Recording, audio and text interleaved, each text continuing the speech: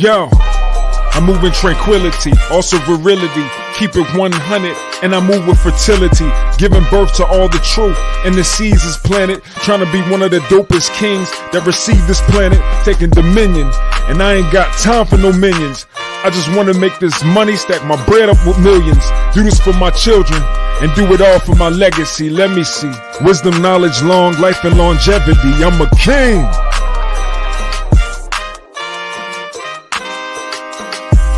I'm a king, I'm a king, I'm a king.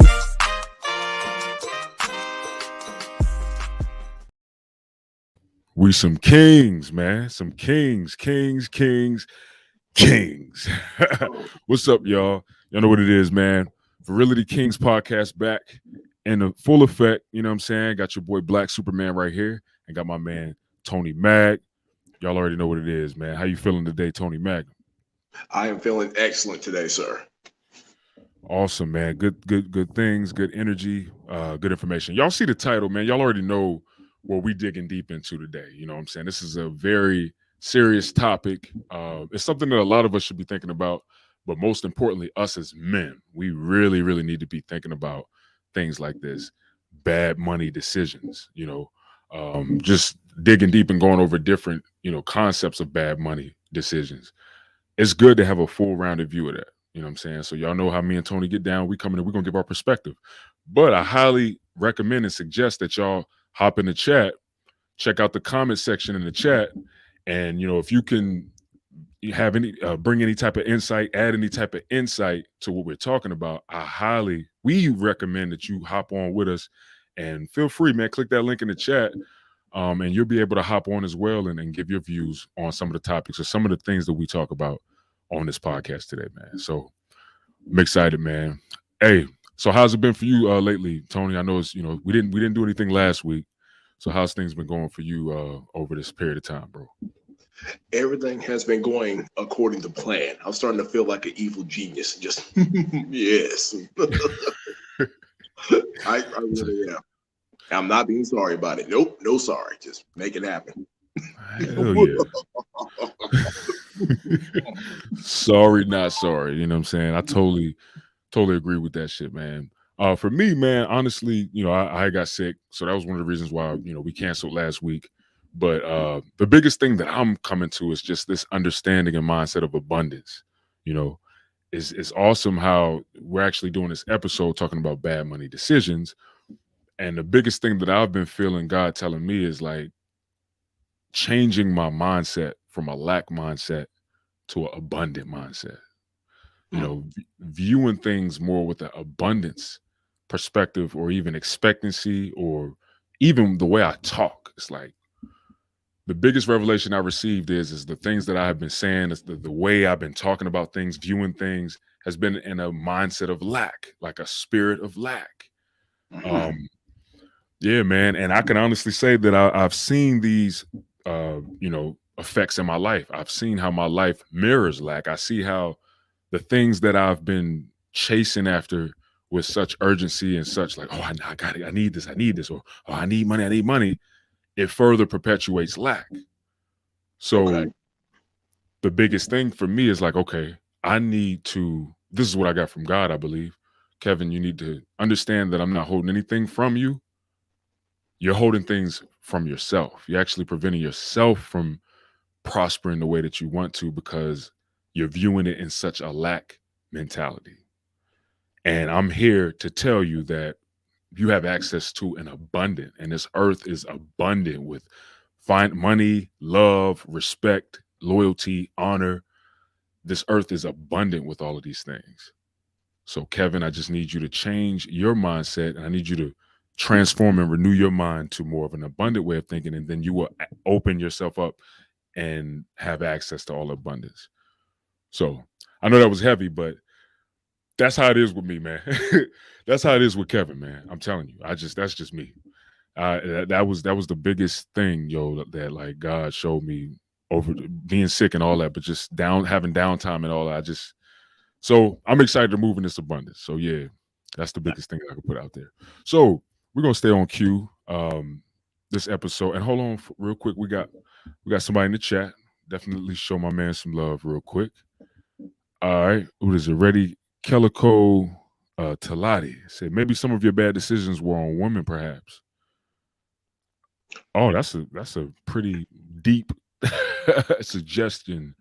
Mm. Um, yeah, I mean, in terms of women and a bad decision, I mean, yeah, that I can honestly admit that. I mean, I'm not gonna lie, like I can admit it. It was. I'm not gonna say that it was my decisions was bad on like choosing women.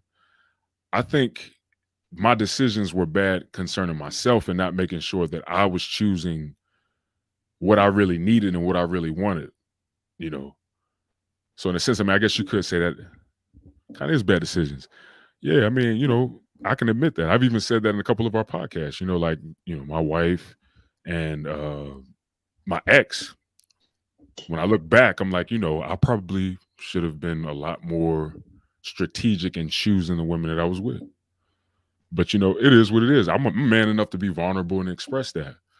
But I'm also man enough to be like, all right, I know I might have made some, bad decisions in terms of that, but I can make my bad decision better. I can do something about my shit.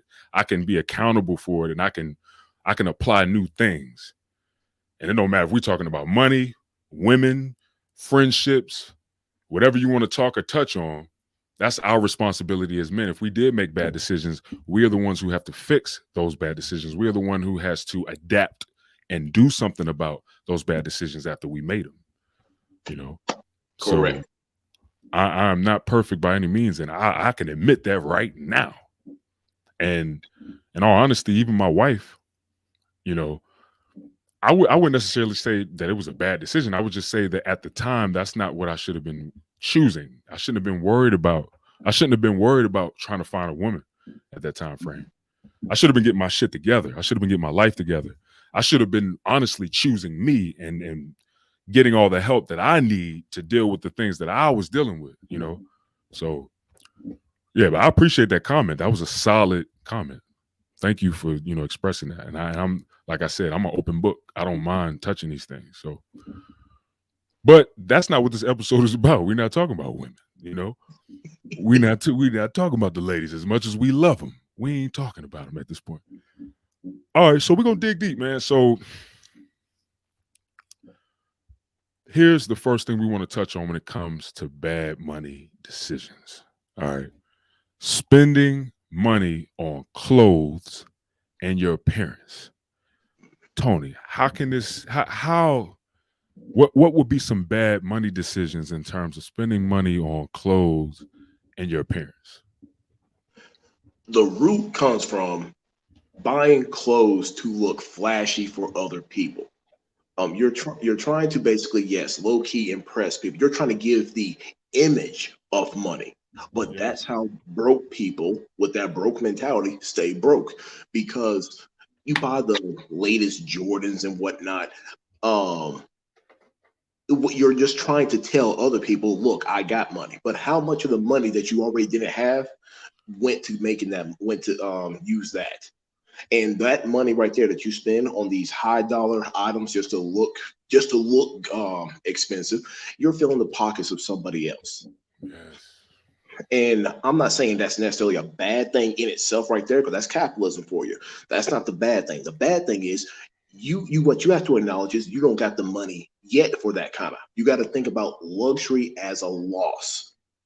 Luxury Mm. is a loss. And do you have all your financial building blocks already established before you start buying luxurious items? I think we said it before in one of our other shows. You have to buy something twice, or you said 7 times, I believe. Yes, That is, 7. so that same concept right there. So when it comes to clothes, understand why you're buying these clothes. Look at this shirt right here. For $3, I got a freaking, I don't know, a 10 pack from Walmart. $3.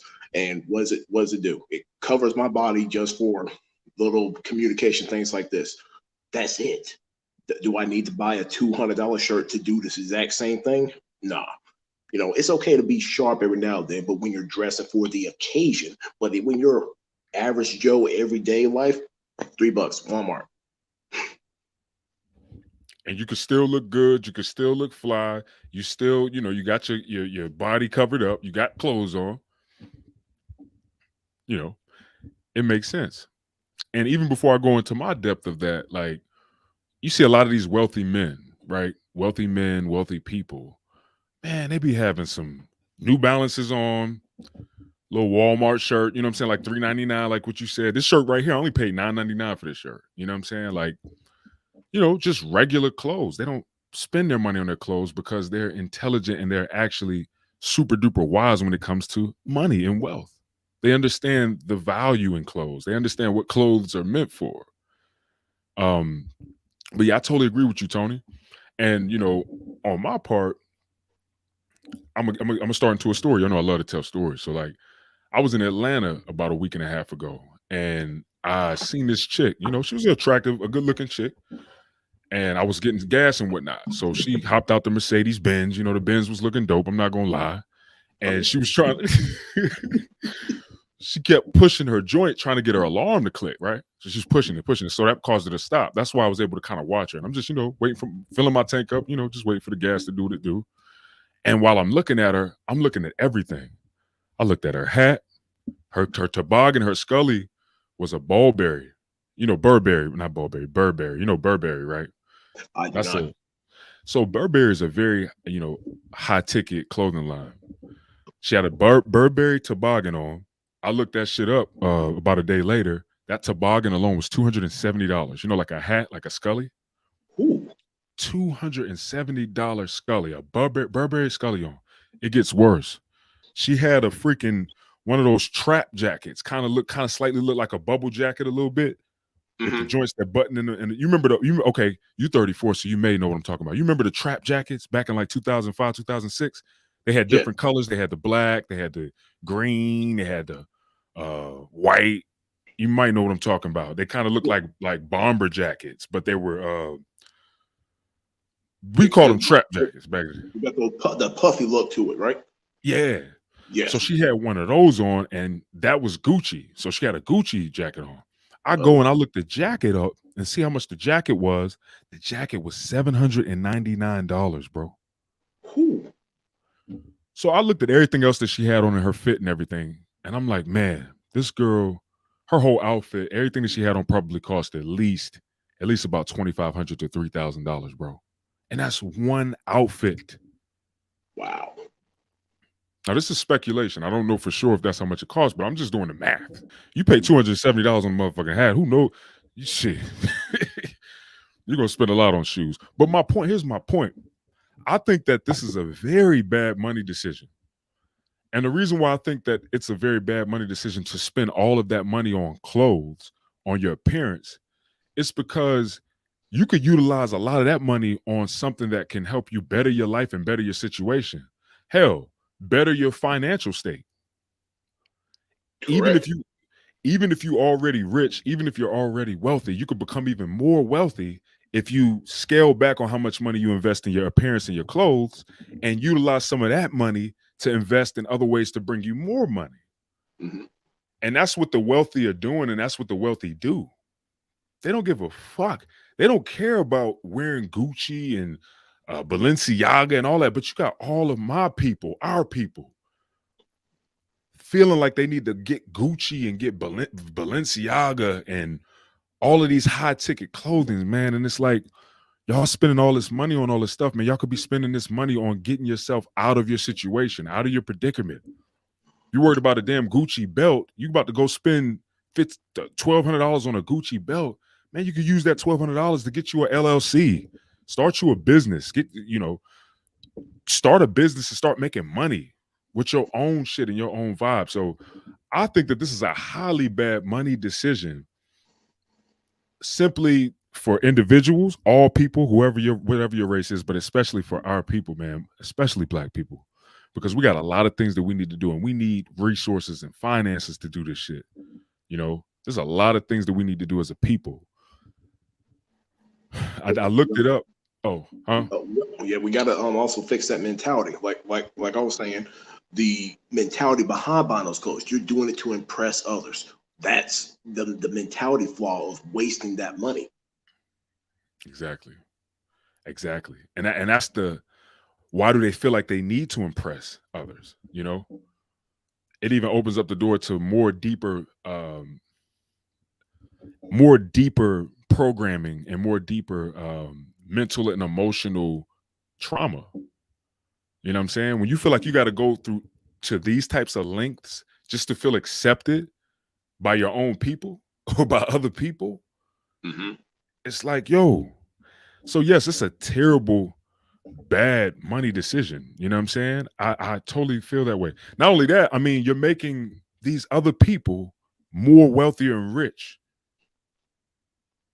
What about us? What about ourselves? Especially us as black people. Why don't we come together? First of all, I'm gonna just make this real quick point. Also, I was doing some research, and black women are the highest consumers when it comes to clothing and fashion. It's black women. Black women spend the most money on these types of products. They are the biggest consumers in the United States of America. Black women.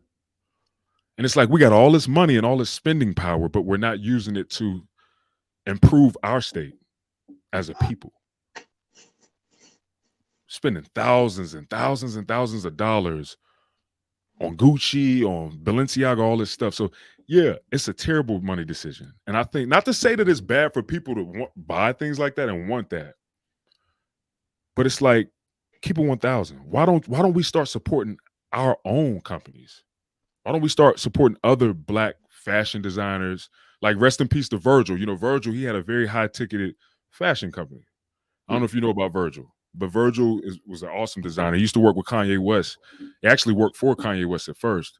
Then he went on his own and he got down. I think he got down with Louis Vuitton, I think. But anyway, my point is, why don't we spend a lot of money on, our own people and build our own infrastructure and our economic uh, platform and foundation? That's what we need to be working on. The So, foundation. Yes. yes, economic foundation. We got money. Black people got money in this country.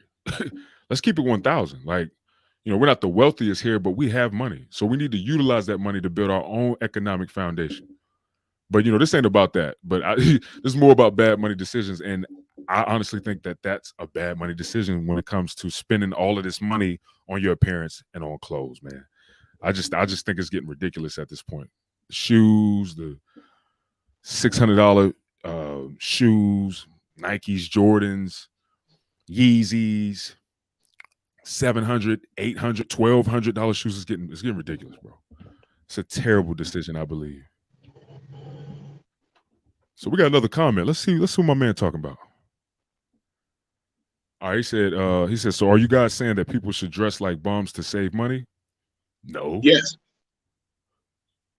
I mean, yeah, I understand the concept, but what exactly do you define as a bum? Because that's what's going to really dictate the answer to your question. You can answer that question for yourself. What do you think a bum is? So you think somebody's a bum if they don't have Gucci or Balenciaga or some of these high ticketed clothing lines? Let's just be honest with you. Think about what Kevin just said not too long ago about the people who are the top money makers. They're wearing those New Balance shoes and whatnot. But are you going to call them bums? Because we know what's in their bank account. They're wearing the bottom of the line. They're wearing the bottom of the line clothes, but they got a big bank. So it's the idea of impressing people. That's what we're trying to address on this note to get away from. You're covered. You got clothes on, but your bank account is stacked. Are you really a bum? Do you really feel like a bum? Exactly. I mean, Tony summed it up very well. Like, you can't call somebody a bum if they, make way more money than you and their net worth is astronomically higher than you could ever imagine at this particular point. I actually back when I used to do cable, I used to work for Spectrum. So, I would go to a lot of huge neighborhoods where people were pretty wealthy. One of the wealthiest men that I actually did some cable work for, he's I can't think of his name, but he's a highly known doctor, right? I'm talking about he's very rich. And man, I seen what this guy had on. He wasn't even, he pretty much was like, all right, man, once you get finished, just shut the door, lock it. I'm going to go ahead and get out of here. My man looked like he just had on like some khakis and, some regular shoes from like Payless or something and like a little white tee or something. Like he wasn't even, like he don't care. You could tell he didn't care about his clothing. You can tell he cared more about his wealth, about his legacy, about his businesses, about his financial structure, his portfolio, his wealth, more than likely. What how money he gonna be able to pass down to his children. You can tell that's what he was really probably more focused on than some motherfucking clothes. That man wasn't no bum. It doesn't make you a bum if you don't buy Gucci or Balenciaga. I ain't never bought any of that shit, but I've been fly as hell. You know what I'm saying? You could look super good and super fly without buying all these high priced, clothing options and stuff like that. Like, so nah, it doesn't mean that people should dress like a bum to save money. You don't have to dress like a bum. Just don't spend all your money on shit like that. On Gucci hats, Gucci belts. It's nonsensical, especially if you're not even at a financial. Okay, prime example, what Tony just said earlier, what we talked about on the other episode. If you can't buy it 7 times, don't buy it. That's just discipline right there. Yeah. If you can't buy a Gucci belt that costs $1,200 7 times, if you don't have that in your bank account, you don't need to be buying it. Period. That's just how I view it, and I think that's a smarter decision. But anyway, we got one more comment. I like what he's saying. We're gonna keep touching on it. I highly recommend that you guys engage with us. We want that. Please do. All it's gonna do is just give us more stuff to talk about, and we want to interact with y'all. We appreciate y'all 100%. He said our own people inflate their prices at a cheaper quality, and you can't make Virgil the norm when he's the exception. Our own people inflate their prices at a cheaper quality. Okay, what's your point, bro? So that means you go shopping elsewhere. Yeah, you don't have. If anything, that further serves the point that we trying to press. You shouldn't be buying the shit anyway. Like if our okay, forget our people, forget our people trying to sell the stuff to you. Just go to the actual manufacturer or where it's coming from. They prices is already high, so you shouldn't even. The hell is you trying to go to our people that's trying to make more money off of shit that's already expensive? Of course they're gonna inflate the prices. They trying to make a flip.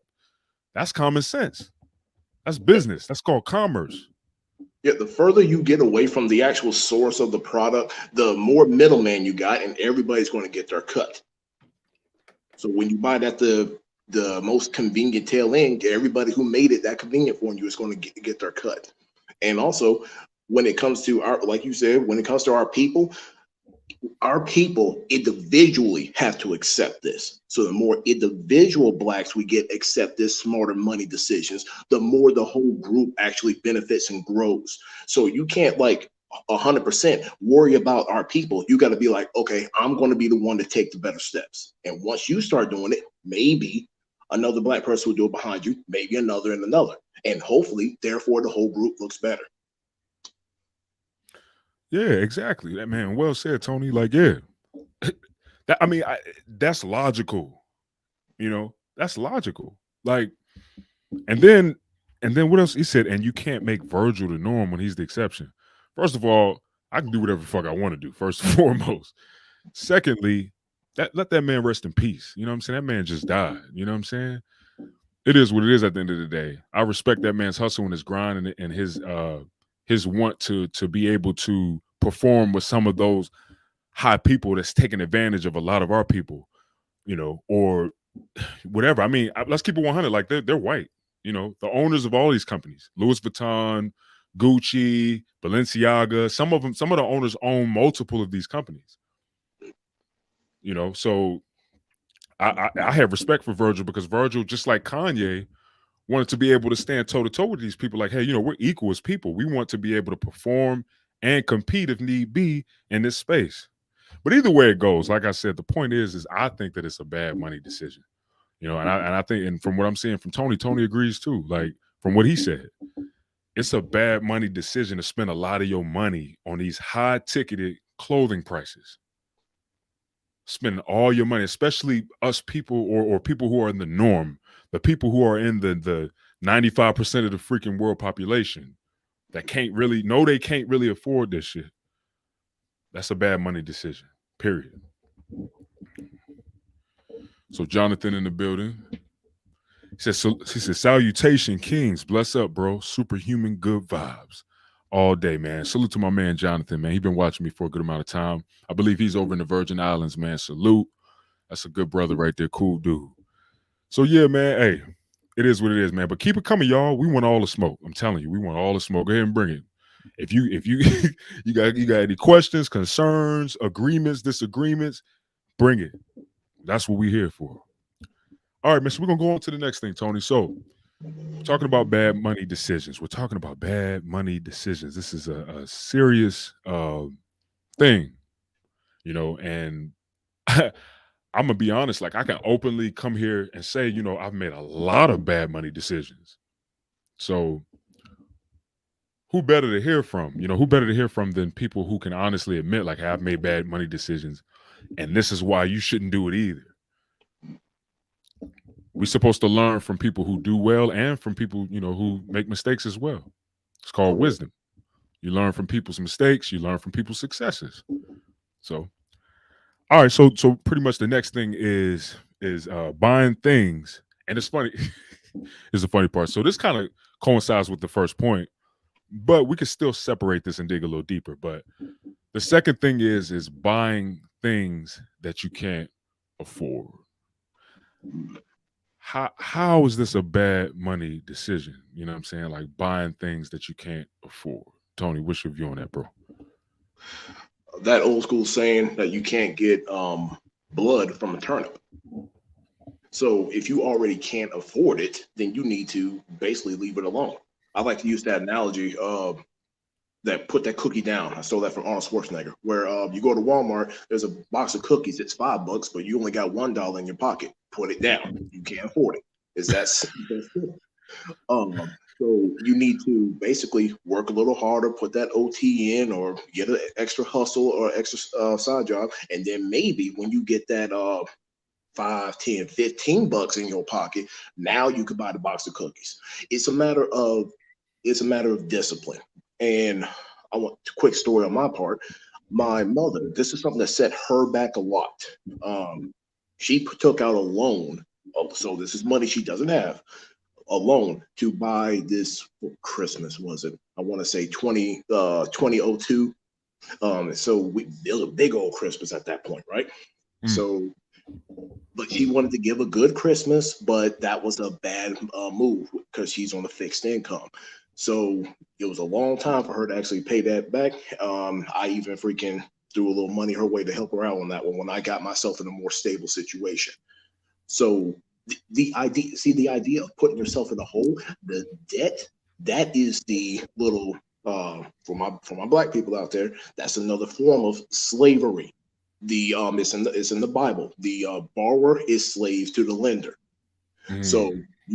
you need not put yourself in a position to borrow money, because if you're going to hold that honor, and we're lucky in this country that we don't have a thing called debtor's prison. We're lucky we don't have that, because there's Mm. probably a lot of people right now who are caught up and they can't make the ends meet, but they're scraping, got the bill collectors calling them.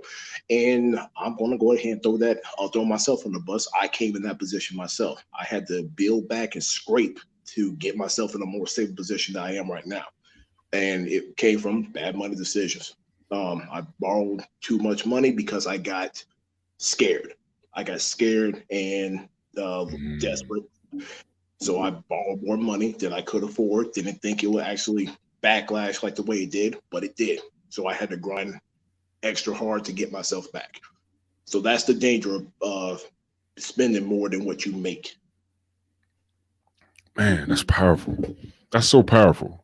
And even what I was talking about earlier when I was talking about, like, the spirit of lack or the mindset of lack, Yes. and your situation, you said it and it was so clear. I was just talking to my wife about this, like how fear is connected to the spirit of lack as well.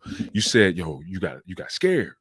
So that's why you felt like you had to borrow more money than you could really afford to borrow. And therefore it probably further perpetuated into more lack or more, financial struggle. And I think that that's one of the biggest reasons of things, you know, that causes us to stay in some of these situations. that spirit of lack or that feeling of lack that can instill these different feelings and these different, like, whether it's fear, whether it's this, boom, bam, boom, and it'll literally further perpetuate it. Thankfully, you've come out of that, and you got so much more control of your situation. That's awesome and wonderful. But it's a real thing. That's a good example of it as well. Like how we can keep ourselves in a situation simply because we're thinking on that level, and we're moving in that level of energy. So that's powerful, man. And even further with the whole buying things that you can't afford, like, at the end of the day, come on, like, it's common sense. If we don't have the money, we should not be trying to buy. Honestly, we shouldn't even be able to buy it. But that's where these different things come into play that put us in a position to where we can do it. We can buy some shit that we can't afford. And that's when we have to make a good money decision and not a bad money decision. If I know anything, I know a lot about debt because I've been in a lot of debt. And that shit is really not, I'm laughing, but it's really not a joke. But one of the beautifulest things that I've learned about that is once you start to become more of an investor and you start to understand how to make money work for you, that could essentially be a good option in certain cases if we know what we're doing, obviously. But in a nutshell, yeah, that's definitely a bad money decision. If you buy things that you can't afford, you're just going to further put yourself in a hole, and you're going to further continuously perpetuate the same thing, not being able to afford more shit. It just keeps the whole shit going. It's like, damn, I couldn't afford that. Damn, nah, I can't afford none of that shit. I'm at this point, shit. It's such common sense. But the sad thing is, nobody does it because we just want to impress people. We want it now. But okay, we got the deal with the devil, if you will, that we give it to you now, but you're going to pay the devil his due and interest. Facts.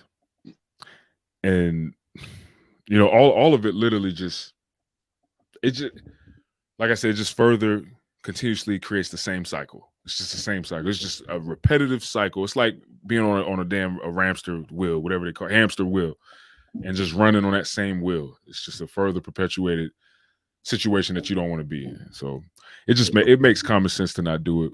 But and one thing I want to say too, a lot of us, or people in general, this ain't got nothing to do with no conspiracy shit. This is factual.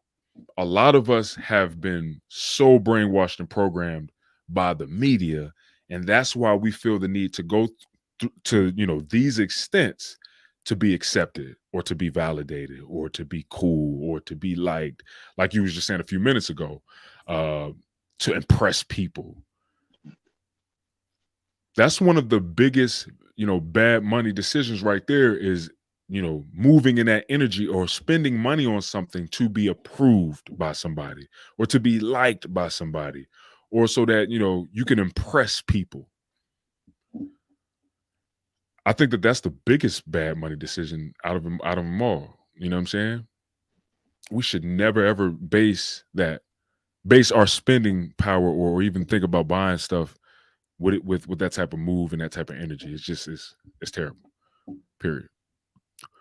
But yeah, Before you move on, just yeah. to just to add a little masculinity to this, we got to start thinking about money as our ability to provide and protect. In these modern times, currency is the hunter gatherer. So, do you think another hunter gatherer is worried about impressing people? No, he's worried about providing shelter for his family and trying to feed them. So if you look at money through the roots of masculinity, that's what you need to look at money for. It's the tool for your survival. Do I have my four walls? Do I have my utilities? And do I have food? You focus on those fundamentals with money, you will make smarter decisions. Because if you put your money towards some fancy shit to impress somebody, now you got less money to eat with. Think about it. Facts. And that's why, just like the dude that was just talking in the chat, he said something like, yo, so you want us to look like a bum to save money? Why are you worried about looking like a bum? It's because you care about what other motherfuckers think about you. That's the problem. That's the issue. And I used to be the same way. I used to, Listen, there's nothing wrong with looking good and looking nice, but you don't have to spend $2,500 or $3,000 on your outfit to look good or look nice. I done went and got an outfit for $60 and was fly as hell, getting compliments. People said, "Oh man, where you get this? Oh, that's dope, bro. Oh, I like your shirt. Oh, I like this." But the best fulfillment and the best feelings was when I wasn't worried about if people liked it or not, but when I was able to say, "Hey, I like this shit. I like how I look. I like how this shirt look. I like how these shoes look. I like how I look in this shit." So I think that's another thing too. We have to stop attaching those emotions to money. Like worried about if people gonna think I'm a bum. Oh, I need to go get this Gucci shirt or this Burberry Scully hat so nobody won't think I'm a bum, but they'll think I'm rich. And you really ain't rich, motherfucker. You broke as hell. But you feel like you gotta you go spend all this money to try to look rich and you broke. Like that's something that I just am not interested in doing. I don't want to spend all my motherfucking money on looking rich when I'm broke for real.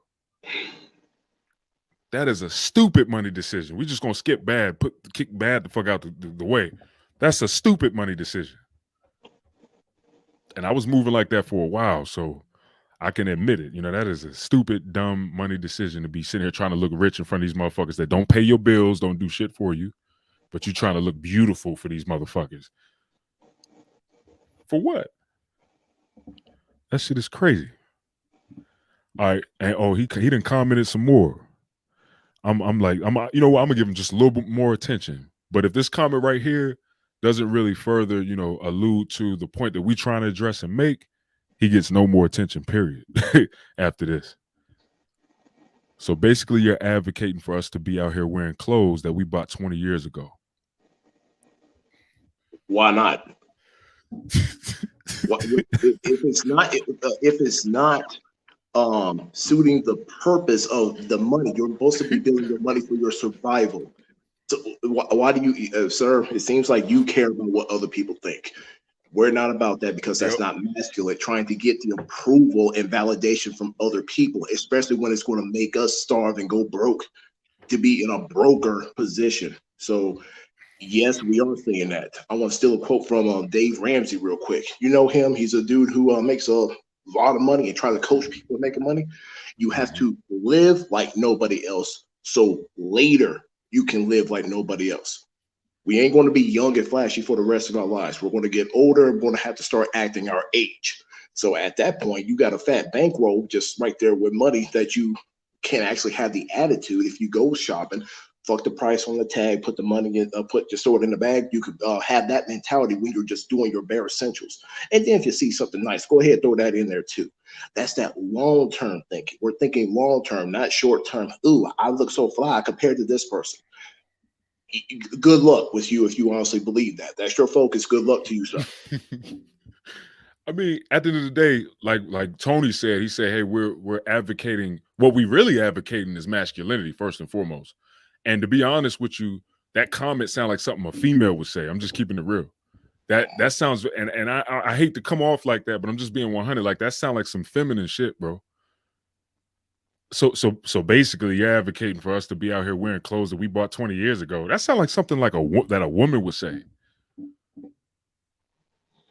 And at the end of the day, bro, that's not what it's about, man. We're trying to encourage men to have structure and have security in their lives. Why? Because as men, we are to provide that. You know? And my co-host right here, Tony, if y'all go check out his Instagram, he talks a lot about us men and a lot of men who aren't moving in masculinity. A lot of men, even men who's been, you know, raised by a single mother and the upbringing was shitty. That was my life. You know, that was my childhood.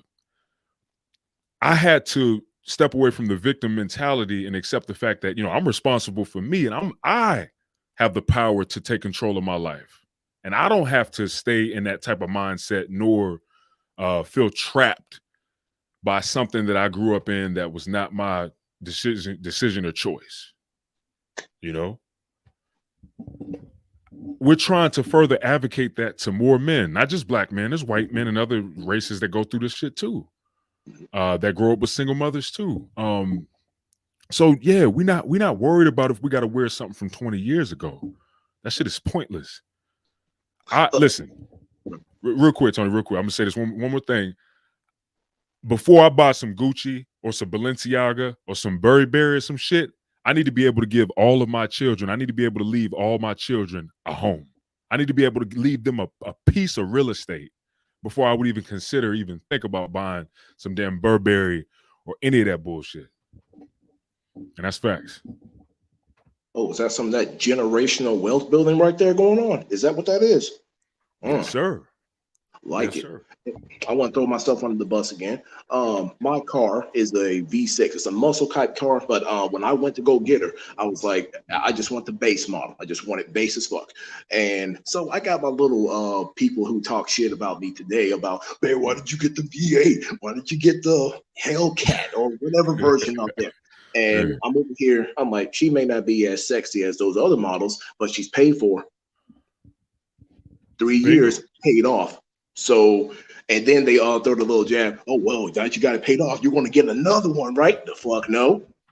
Fuck no. She still runs. All I gotta do is keep the oil change and not drive her like a damn jackass, and she still runs for maybe another 10 years. I'm good. She does her job. I'm good. Hell yeah. You know that, I'm not gonna lie. Honestly, that was the car that I wanted. I did want that Hellcat. I'm not gonna lie. But you know, I went ahead. Yeah, oh my, hey, that motherfucker ain't no joke. you get on the highway with that motherfucker, man. That shit is not a joke. But you know, I went ahead and just got the STX. You know what I'm saying? A little bit over the standard Charger. You know what I'm saying? And I was fine with that. I love my STX Charger. That shit, and I went ahead and got the muffler delete. So that gave me a good about 30 to 40 horsepower. I'm over 300 horsepower. Shit. I'm good. I be stunting on these motherfuckers on the road. Motherfuckers try to race me and I dust them. You know what I'm saying? Like shit. Fuck. You know? So it is what it is. So I feel you, Tony. Like that's how I felt. Cause I ain't gonna lie, I really wanted that Hellcat. I'm not gonna lie, but man, that's crazy. That's crazy to spend all that money like that. You know what I'm saying? And I can't really afford that shit. It's stupid. It's a bad money decision. So hold on, we got another comment. Let's see what my man. Oh, this is the infamous Homer Simpson, man. Let's see what he's talking about. He said, if I make bad decisions, my next source is food stamps when it comes to food. Hey, I feel you on that. Hey, listen, ain't nothing wrong with them. Hey. See, that's another thing too. So many people attach shame toward what they do with certain things. But if you could utilize something for your purpose to help you do more and get your stuff together, ain't nothing wrong with that. Shoot. I'm gonna keep it 100. Like me and my family, we utilize food stamps. Why not? That's extra money that I could utilize, and then I could spend other money on my businesses or on, doing other things. You know what I'm saying? I think the bad position would be to be in a position where you are depending on the government. When you are like at a place where you're like, oh man, that's all, that's all I'm not gonna do anything. I'm not gonna try to change my situation. I'm not going blah, blah, blah, blah, blah. I'm just gonna depend on the government. That's terrible. But no, if you got an idea and you want to get out of your hole, or if you're in a terrible situation and you're doing what you can to get out, shoot, utilize what you could utilize until you don't need to utilize it no more. I definitely advocate that. So, yeah. I think we got Brian in the chat, bro. Let me see. I think it's Brian right here. Elevating Consciousness 777. I think that's Brian. Brian? Our Brian? Yeah, or maybe not. It might not be him. I might think I got it twisted.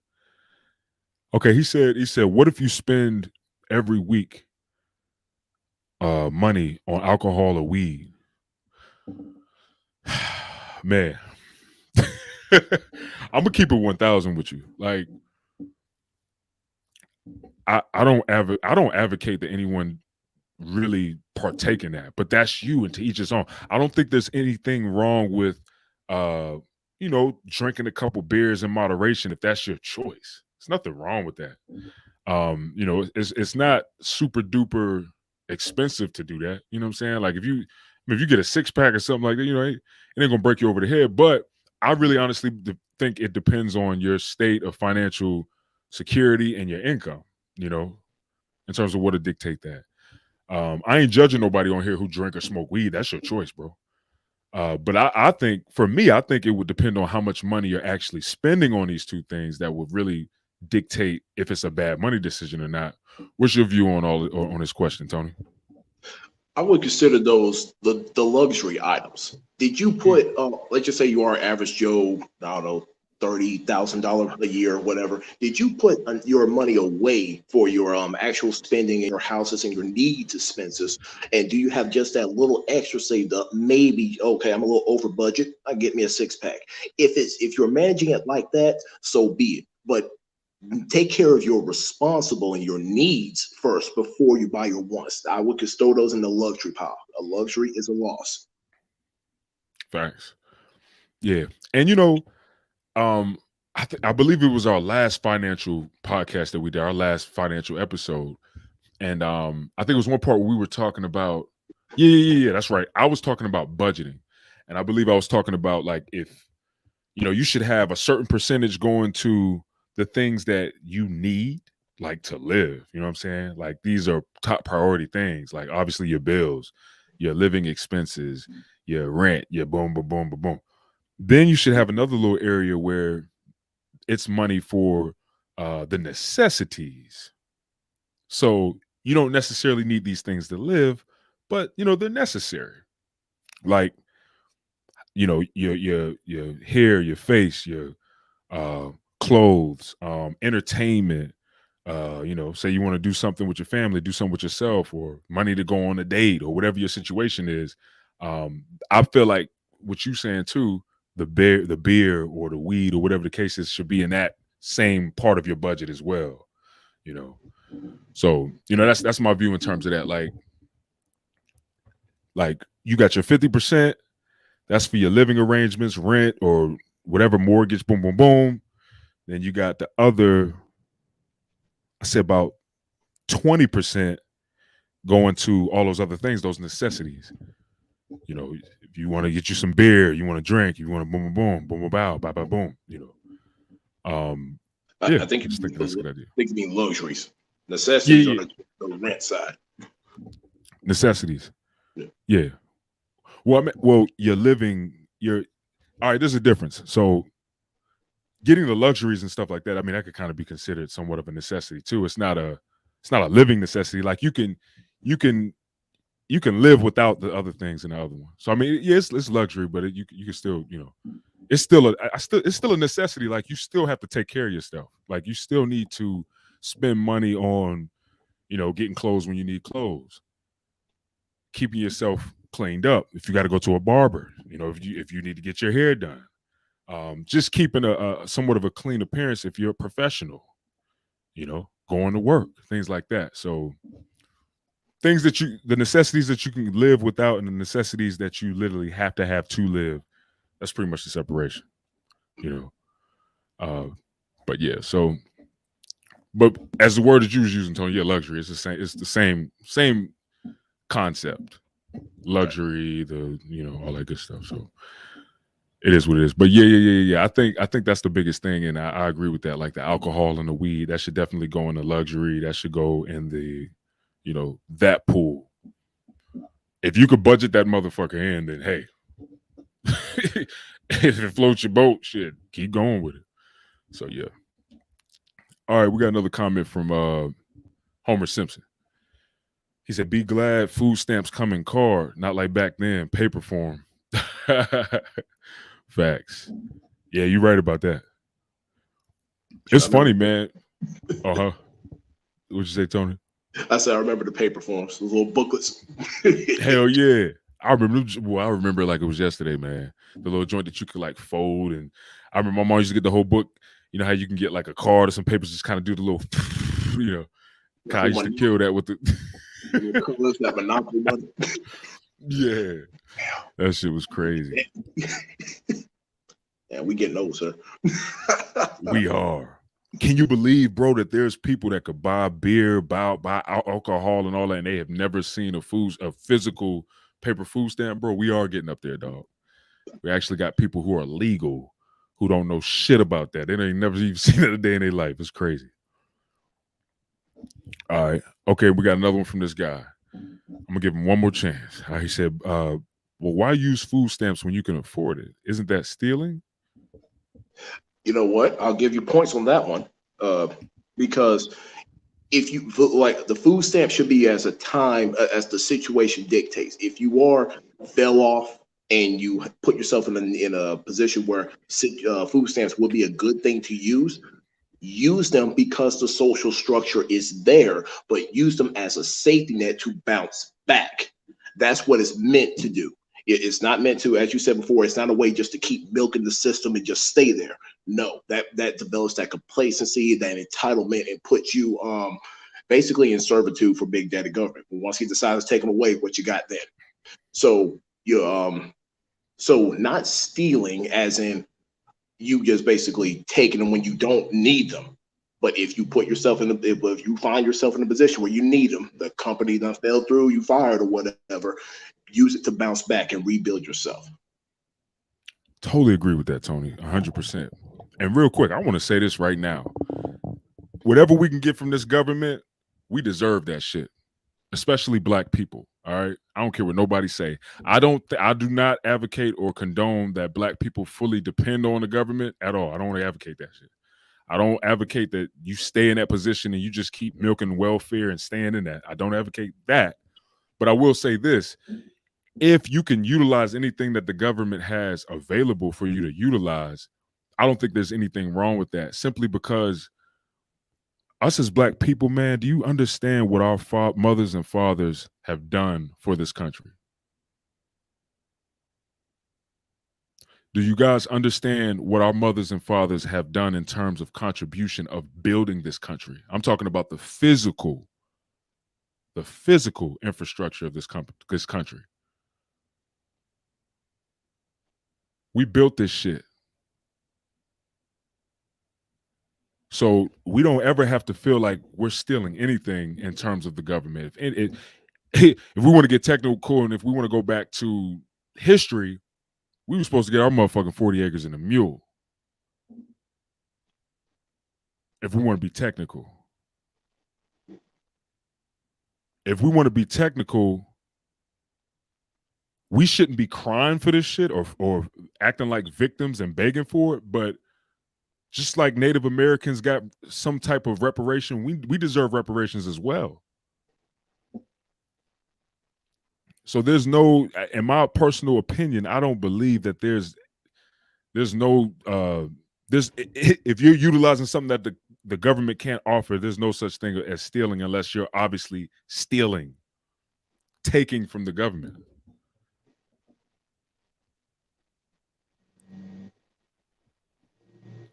Period. So no, I don't think that there's any if you're utilizing assistance from the government, how is that stealing?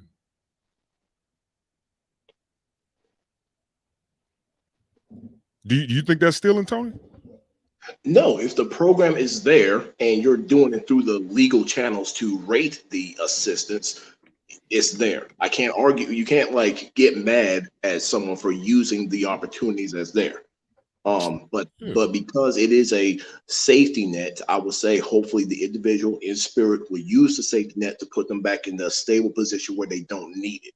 I will say that. So I'm not going to shame you for falling on hard times. You did the whole route. You fell on hard times. You're using this to bounce yourself back up. There's no shame in that. Exactly. At all. All right. This is definitely gonna be the last one I'm gonna read with this guy. But why use food stamps when you can afford food? Isn't that stealing? Why are you giving all this wisdom yet you're here deceiving your own government? Man, I'm gonna be keeping 100. I don't know what your thing is, bro. With me, this starting to seem a little personal. It's starting to seem a little personal to me. When did we It seems like he's starting to take shots now. When did we say anything about deceiving the government? We just said don't steal. If the program This is there, use it to get yourself back on track. That's all we this said. yeah. This guy, I'm gonna keep it 100. He's starting to look a little familiar now that I'm looking at his picture. Yo, you got a gripe with me, bro? You wanna hop on here and express yourself man to man? Because I don't mind. I don't mind letting you come on here. I don't trust and believe. I don't mind letting you come on here, man. If you got a personal gripe with me, or you feel some type of way, you can hop on. I got the link in the chat. You can go ahead and click the link in the chat right now. You can hop on and express yourself. If you can't do that, then shut the fuck up. Excuse my language. But if you're not, because I'm not gonna keep going back and forth on here with you through the comments. If you're not man enough to hop on here, face to face and get on here and say what you got to say, we can talk about it. We can hatch it out, however it needs to be. But because now he's arguing points that we did not even say. Matter of fact, we disagree with the point he's trying to make here. So you're just looking for trouble, sir, aren't you? Just want to be different. Yeah, it's like you're just making statements. Like you feel what you got going on. And please don't get me started. But please don't get me started with that. But yeah, whatever your problem is, bro, I'm sending you healing energy. Hopefully, whatever you got going on, hopefully you could deal with it. At the end of the day, but you said why are you giving all this wisdom yet you're here deceiving your own government? What the fuck? So you talking about me personally? Like, why am I giving all this wisdom, yet I'm deceiving my own government? How? All right, we ain't even going to address homie no more. But the offer still stands. If you want to hop on, we could talk about it. I'll answer your questions. I don't mind. I got the link in the chat. Matter of fact, I'll even put the link back in the chat for you, so it's easier for you to access. And if you want to hop on real quick, we could talk about it. Because it sounds like to me you kind of got a little personal gripe, and whatever it is, I don't mind talking about it. I hop on here. If you ain't gonna do that, then I'm done talking to you about it. But anyway, we're gonna move on. And I guess if he decides he want to hop on, he can hop on. All right, Homer Simpson, he said you can use food stamps at Jack in the Box. All right, y'all getting funny now. So we're gonna move on. I didn't even know you could do that shit. That's crazy. Shoot, thanks for lighting the mood there, Homer Simpson. Yeah, because it definitely went south a little, but it's all good. Then he said, "Nah, food stamp ain't stealing. It's free money." I mean, yeah, it's not stealing, man. Obviously, I know it's not, but it is what it is at the end of the day. But that let me know that homeboy obviously has some type of gripe, because every comment that he posts is on some negative stuff or some arbitrary or opposition to what we're talking about. You know what I'm saying? Every comment that he put, I'm looking at all of them like it's all arbitrary to what we're talking about or argumentative. So we ain't here to argue. We here to spread good energy and touch bases and give value on this podcast. You run into types like that, just want to be difficult. And I think we answered the question firmly and honestly, and he's arguing points that we didn't even make. Yeah. Like literal points that we didn't even say, or I mean, you cleared it up even well. And I agree with what you said, Tony. Like you cleared it up perfectly. So it's like, but it is what it is. So I'm gonna go with one more comment, then we're gonna continue. But Homer Simpson, he came back, he said, government steal from us from taxes, and all we deserve, all they give us back, right or wrong. I'm gonna take it. I wouldn't say they don't steal from us in taxes, because if they stole from us in taxes, that means we wouldn't be aware of what they're actually taking from us. They make it clear what they want us to pay in taxes, and we have to pay it. So it's not really stealing. Maybe I guess. I agree with the spirit of what taxes are meant for. For our infrastructure, roads, so on and so forth, yada yada. We could get into the semantics of how people abuse the system or try to go in these government boondoggles, just throwing money at something just for the hell of it. We could go into the semantics of that. But as in, is it stealing? No, we are part of this country. And we need to basically accept that, yes, we do have to. I'm not trying to sound like blue team, for the greater good, not trying to go that hardcore, but it's like, yes, we are part of this country, and you got to think somewhat of the government as your manager. And, the manager is going to get his cut. So pay your taxes accordingly and fairly. And but the money with your cut, that's your responsibility to do with it intelligently. So you can't go around blaming all the taxes when you just weren't smart enough with your cut. So please think about that. Totally agree with that, bro. And I'm not gonna lie. Like I'm not gonna lie, especially once you make it to a certain bracket, taxes is pretty damn outrageous. I mean, like, and I'm talking about people who make $1 million, multi-million dollars.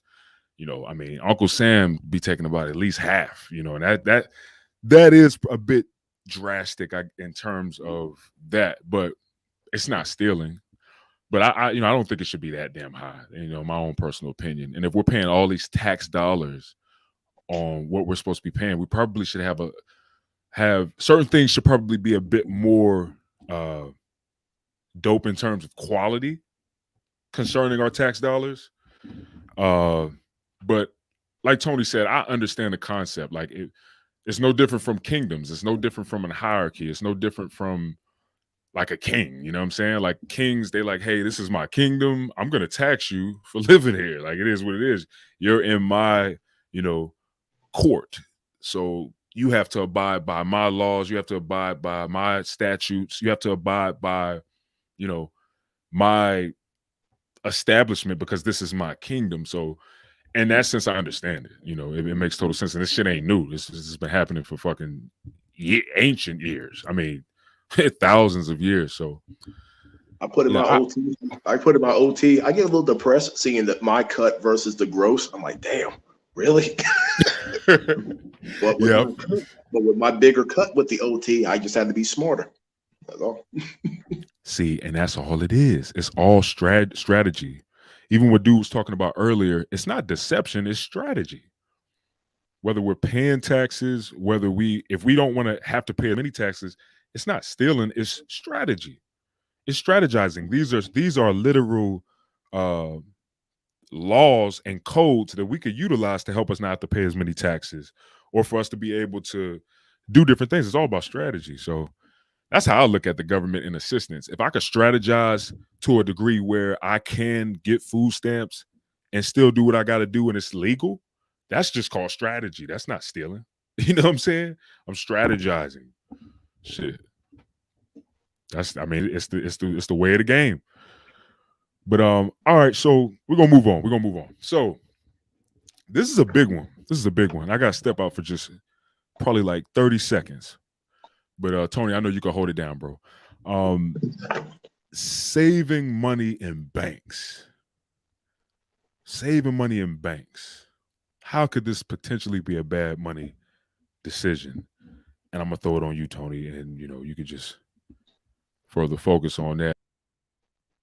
Okay. Saving money in banks. I believe it can be a bad decision if you, the individual, are trying to basically depend on the bank to grow that money for you. That's where it's a common misconception about that method of doing it. If you're looking for your money working for you, that's when it's best to look into stocks and investment, actually making your money work, putting your money to work. For a solid bank, just for savings right there, look at that as a simple liquid emergency fund. So don't come at saving money in the bank to make you money. That's the flaw. Keep the money just there as in liquid, and it's an emergency. So when an emergency happens, car issues, maybe some plumbing got jacked up or whatnot, that's what that money is for.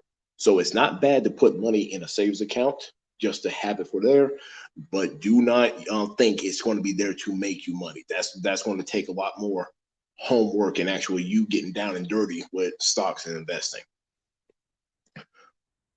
I believe that's my only bad thing to say about putting money in a savings account. Maybe some other options would be possibly looking at CDs or what other options they have at the bank. I'm hopefully getting ready to be at that option, and we'll see what that plays in. Hey, welcome back. Did you see me? Did you hear what I said? I got a little piece of it. It sounded like you was talking about Short recap. Yeah. When it comes to putting money in the bank, when it comes to savings, do not you think of it as money that's going to grow over time, because that's very low percentile rate. You need to do something a little bit more concrete, like stocks, investing, maybe those mutual funds or something like that. But if you're going to put money in the bank for saving, think of it as a simple liquid emergency fund. It's there and it's quick and ready when you need it for an emergency. The car breaks down, bad plumbing, you can use it right then. Don't think of it as a way to build money over time. Oh yeah, man. Well said, Tony. Awesome. And it definitely relates to how I view it too. Like saving money. If you're gonna save money in a bank, it needs to definitely have a label on it and a purpose. And that makes total sense because you're actually striving to a specific definitive purpose that you want to, accomplish, or you want to, you want to accomplish it. So it would make sense. Like, hey, we need to have a vacation savings fund, or hey, we need to have, because I talked to my wife about this too. I'm like, babe, we got to start, making different types of saving things with an objective behind it, like something that we want to accomplish with the money. That's when I'm like, oh, it's definitely dope and resourceful to use, bank accounts, because you can literally call it whatever the hell you want. You can literally call, hey, this is going to be the vacation fund bank account. This is going to be the emergency fund bank account, which you was touching on, Tony. This will be the, I don't know, retirement fund. I think that's when it's okay. But to further, go on what you was talking about, Tony, like, yeah, if you're looking to save your money for or if you're looking to do it long term, or if you're looking to do it for a longer duration of time, it would be obsolete somewhat to save it in a bank account because of inflation and because of the fact that the interest that you're going to get in these bank accounts are so low, you ain't getting shit. So it would make more sense to put this money in things that accrue way more interest annually, and also things that will bring you some type of profit in this course of time when you're going to be putting that money there. So saving money is a great thing. Saving money is very powerful and awesome.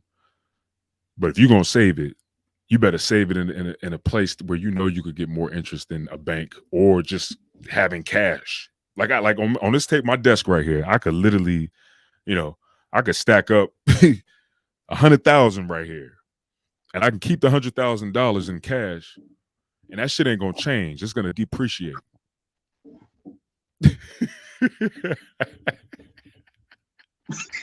I'm sorry.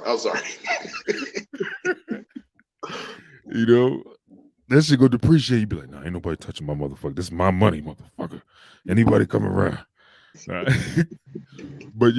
it's just gonna sit there, and you can have that same 100 G's, that same $100,000, 100K.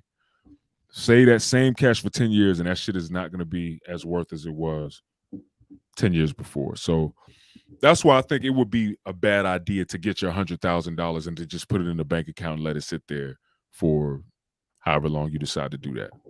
You know what? I'm gonna just hold this damn mic. I get tired of trying to, but it just makes sense. So yeah, in my personal opinion, I think that's a bad money decision simply because of that inflation and the interest that you're gonna get on these bank accounts is shitty, man. You're looking at less than you're looking at a little over 1%, not even. So it just doesn't make any sense to do that. All right, so we're gonna move on. So here's another one, and oh man, this is a big one. So gambling. Why is gambling a bad money decision? Why putting money into gambling? Why is that a bad money decision? What you think about that, Tony? I think that goes under it's the fast money mentality. People are drawn into gambling because of the chances that you could hit that jackpot. And the reason why it's a bad thing is because a lot of people, and this is what we're trying to educate people to be a little smarter with their money.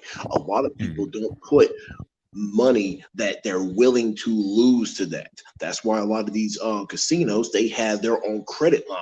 Oh snap, you busted? Don't worry, we'll open you a line of credit, a couple $1,000 and whatnot, and then they'll charge you whatever interest rate they want to. Yeah. And people have freaking fucked themselves up. Just spending that money that they didn't have, and they just go down that rabbit hole because of that fix, the excitement, the dopamine that gets pumped just with the excitement of trying to win big. Yeah. So that's why it's a bad idea to gamble. Even when it comes to some of the crypto stocks. Oh, I ran into this young cat who I told him to, you cannot come at this with that fast money mentality. This is about investment long term. Grab and hold which ones you think are good or not. Mm. And you got the final decision. I can't tell you what to do with your money, but you got to think more long term rather than you just get money now and then just blow it on what the fuck ever. But of course, he's a socialist. But it's like, wow, wow. That's why you're so young and dumb. You don't appreciate the money. The I think a lot of people need to appreciate how much work, passion, and sweat it takes to actually make a fucking dollar. And if you actually appreciate that, then you can make smarter things. You don't want to just put this dollar to any old thing that's not going to give some kind of return to you, whether that be from just basic ass food to actually have a little interest in the long term. Think long term. Gambling is, yeah, it's fun, but that should be money that you're willing to throw away for fun. You got $500, you just want to see it disappear. Try your luck with gambling. Yes, I can respect that. I can respect a gambler who thinks with that type of mindset because they're like, all right, I got this money right here. I got this $1,500 right here that, ain't really going to hurt me too much. You know what I'm saying? I got it. It was a bonus check, boom, boom, boom, boom. I can respect it. I don't agree with it, but I can respect it because they understand that, hey, this is all I'm going to work with. This is all I'm going to deal with. I win or lose. That's it.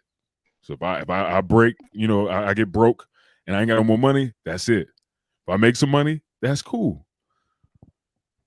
But in a nutshell, obviously, it's still just a bad money decision because I think all it does is it just starts up that rotation in that cycle. Especially if you go to some of these places, I ain't even know that. So you definitely up a couple steps with me with the gambling and them giving the credit lines. That shit is smart as hell on their part. Now they're like, shit, now I got these motherfuckers in debt. Now, yeah, come on, we'll give you 2,000, 5,000. Shit, you need 10? We'll give you 10. We'll give you 10 grand. So I mean, yeah, man. Gambling, I think that gambling is probably gonna be one of the worst decisions in terms of investing money. And a lot of guys are gambling with stocks. And that's the worst way to go too. Oh, You know? really? Hell yeah. The reason, and here's my personal opinion on that, especially like these popular meme, like cryptocurrencies and shit, like Doge and like, all these different things. A lot of these people don't know nothing about anything about what is it, fundamental analysis or, understanding the way that the stocks work and the flows and if things are bullish, or if they're, a lot of these people don't know anything about stocks in that level, and they just like, all right, I'm just buy a couple shares and I'm gonna see what's gonna happen. And that's no different from taking your ass to a casino and saying, all right, bet I'm gonna spend $95 or I'm gonna spend $175 and I'm gonna see what's gonna happen in this slot machine, or whatever the case is. So that's the thing. Yeah, I think it's a bad decision when it comes to money. But like I said, what you said, Tony, I could respect that. If a person is like, yo, I got this $500, I'm just gonna use that. I'm just going just for fun, I'm gonna use $500. I'm gonna see what happens. They could come up, great for them. They could lose it all, great for them because they already knew that was a possibility. And they cool with that. It won't break them financially. They're not in a financial effed up state because they lost that 500. So I could respect that. That's why they try to recommend before anyone gets into investing, you got to put yourself in a position to have disposable income. That's why they call it disposable. You're basically risking it. All right, $500. I won't miss it. See what happens.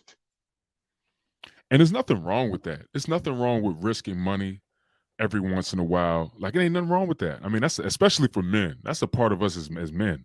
You know, having that uncertainty, having to move in courage or confidence, or you know, men, we tend to really like that sometimes as an experience, and it's very healthy.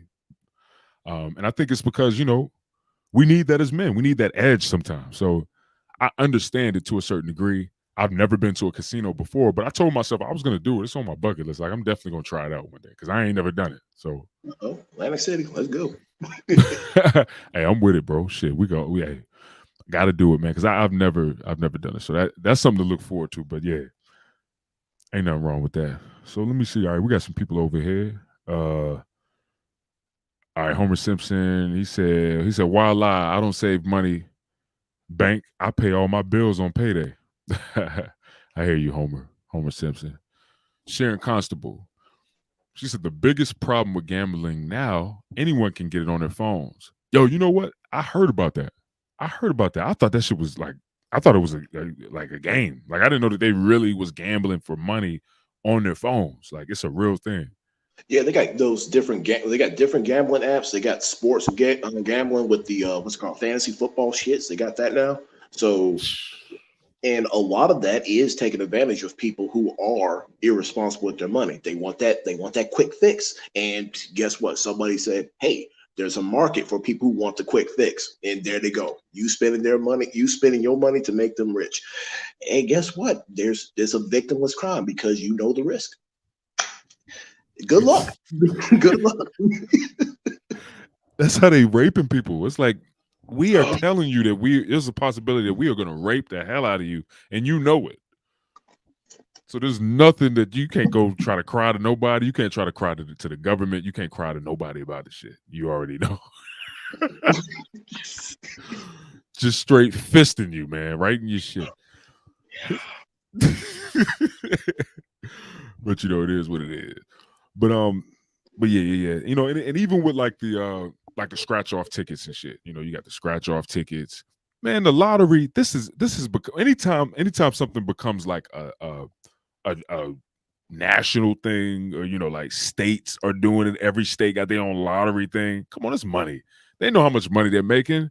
That's why they don't mind giving the little someone odd $1 million winner the money, because they done already made damn near $1 billion. So, and also think about this: they're the gas station stuff that have the lottery. They're mostly stationed in poor people neighborhoods. Bingo, man.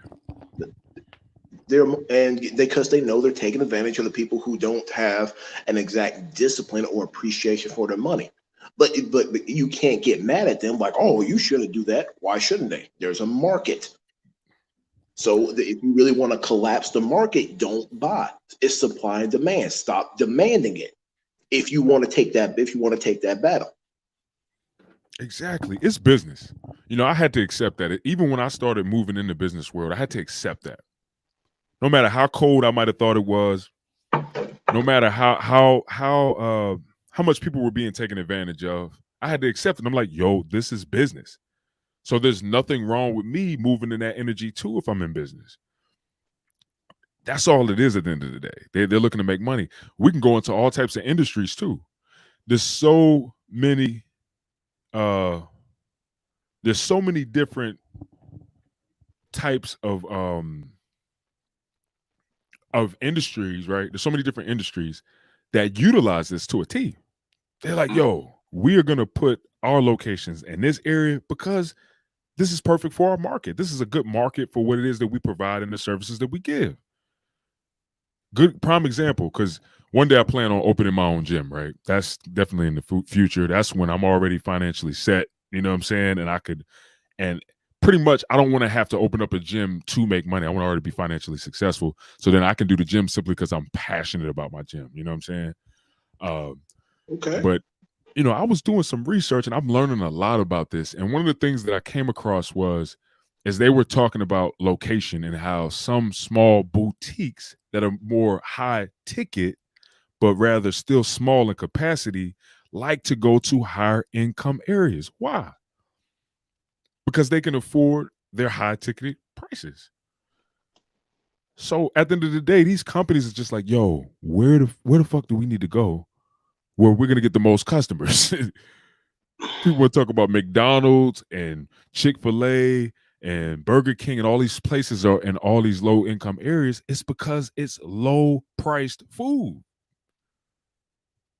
I used to think about that too. I'm like, yo, well, I used to think of their mindset. I'm like, yo, they got all these freaking, you know, food places that's terrible for your health in all the low income areas or the black income areas or black areas. It must be some racism involved. And I thought about it, and once I started to learn more, I'm like, hell no, that ain't racist.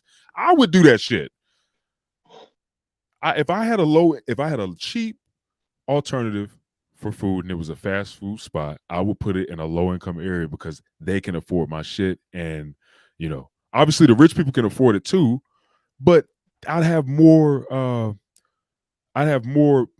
possibilities of location because there ain't gonna be a whole bunch of high price food places around there because of the market. So that just opens up more space for me to make more paper. It makes sense in business. It's common sense. I'm glad you brought up the racism factor. Okay, this is my chance right here to shit on somebody, not somebody. You seen the Truth campaign? You know what Truth is? You Truth is talking about back in the day? You talking about the when people were pretty much expressing like true things, right? Like being vulnerable and shit. no. Truth is this anti-smoking platform. I remember, yeah. Okay, so they try to do a little commercial trying to suggest that the cigarette companies target black income, black areas. They got the black woman up there. I see you. They doing that mess, and like we just said, if that's where the demand is, if black people are demanding it, they're researching it. Seems like a lot of people like our cigarettes. Let's put them where the black people are so we can get the money. You're going to call them racist because they understand what the demographic wants. They're supplying a demand. Yeah, it's not racist, man. And if you really feel that much about it, stop demanding it. Stop with the Newports. Guess what? They don't make no money, then they got to move. Correct. Even this concept of like guns and stuff, like pawn shops, and this isn't a lie. You know what I'm saying? I'll be all over because I'm from the hood, and I know people from different places, so I be in all types of different areas, and it's not a lie. A lot of these pawn shops do be having mad guns. You know what I'm saying? I actually had seen an AR 15 that I was highly interested in. It looked real nice, pistol grip, all that good pretty stuff, that I like on rifles, and it was looking beautiful. I'm like, oh, I gotta get this shit, but I ain't get it. Maybe in the future, you know what I'm saying? But it dawned on me, and it's like, that is another big statement that's said when people want to kind of talk about racism in America. And it's like, yo, the reason why they're doing this is because there's a high demand. First of all, pawn shops are literally places that people go to either pawn something or to buy something that's affordable. So it would make sense that they would put pawn shops in low income areas. It all makes sense, man. Now I'm not gonna say that I'm not gonna say that there isn't what is it, systemic racism in terms of the bigger bulk of or the bigger picture of the situation. I'm not gonna say that. I'm not avoiding that. There is definitely a such thing as systemic racism in terms of areas, projects, and all that stuff. I'm not pushing that out of the way because that's a fact. That's why they're called projects. It's because it was literally a project. These were different projects in different areas. I'm not gonna open up that can of worms. But my point is at this point, I don't think that it's very, very huge in a state of racism. I think it's literally just people wanting to make money and wanting success and really creating an avatar of a customer and wanting to be right around their customers where they could, make the most money and be successful. So it makes total sense to me, man, at that point. So it is what it is. But all right, so we're gonna go ahead and dig deep or move on to the next Bullet, concerning this. Now, this is a very interesting one, right? I Okay. think people who have a lot of money probably deal with this more than the average Joe. Like people who have reached some type of success or is known for having some money. But people who ain't got it, I'm sure deal with this too. But it's pretty much this: always giving money to the same person that asks you for money. How can this become a serious bad money decision?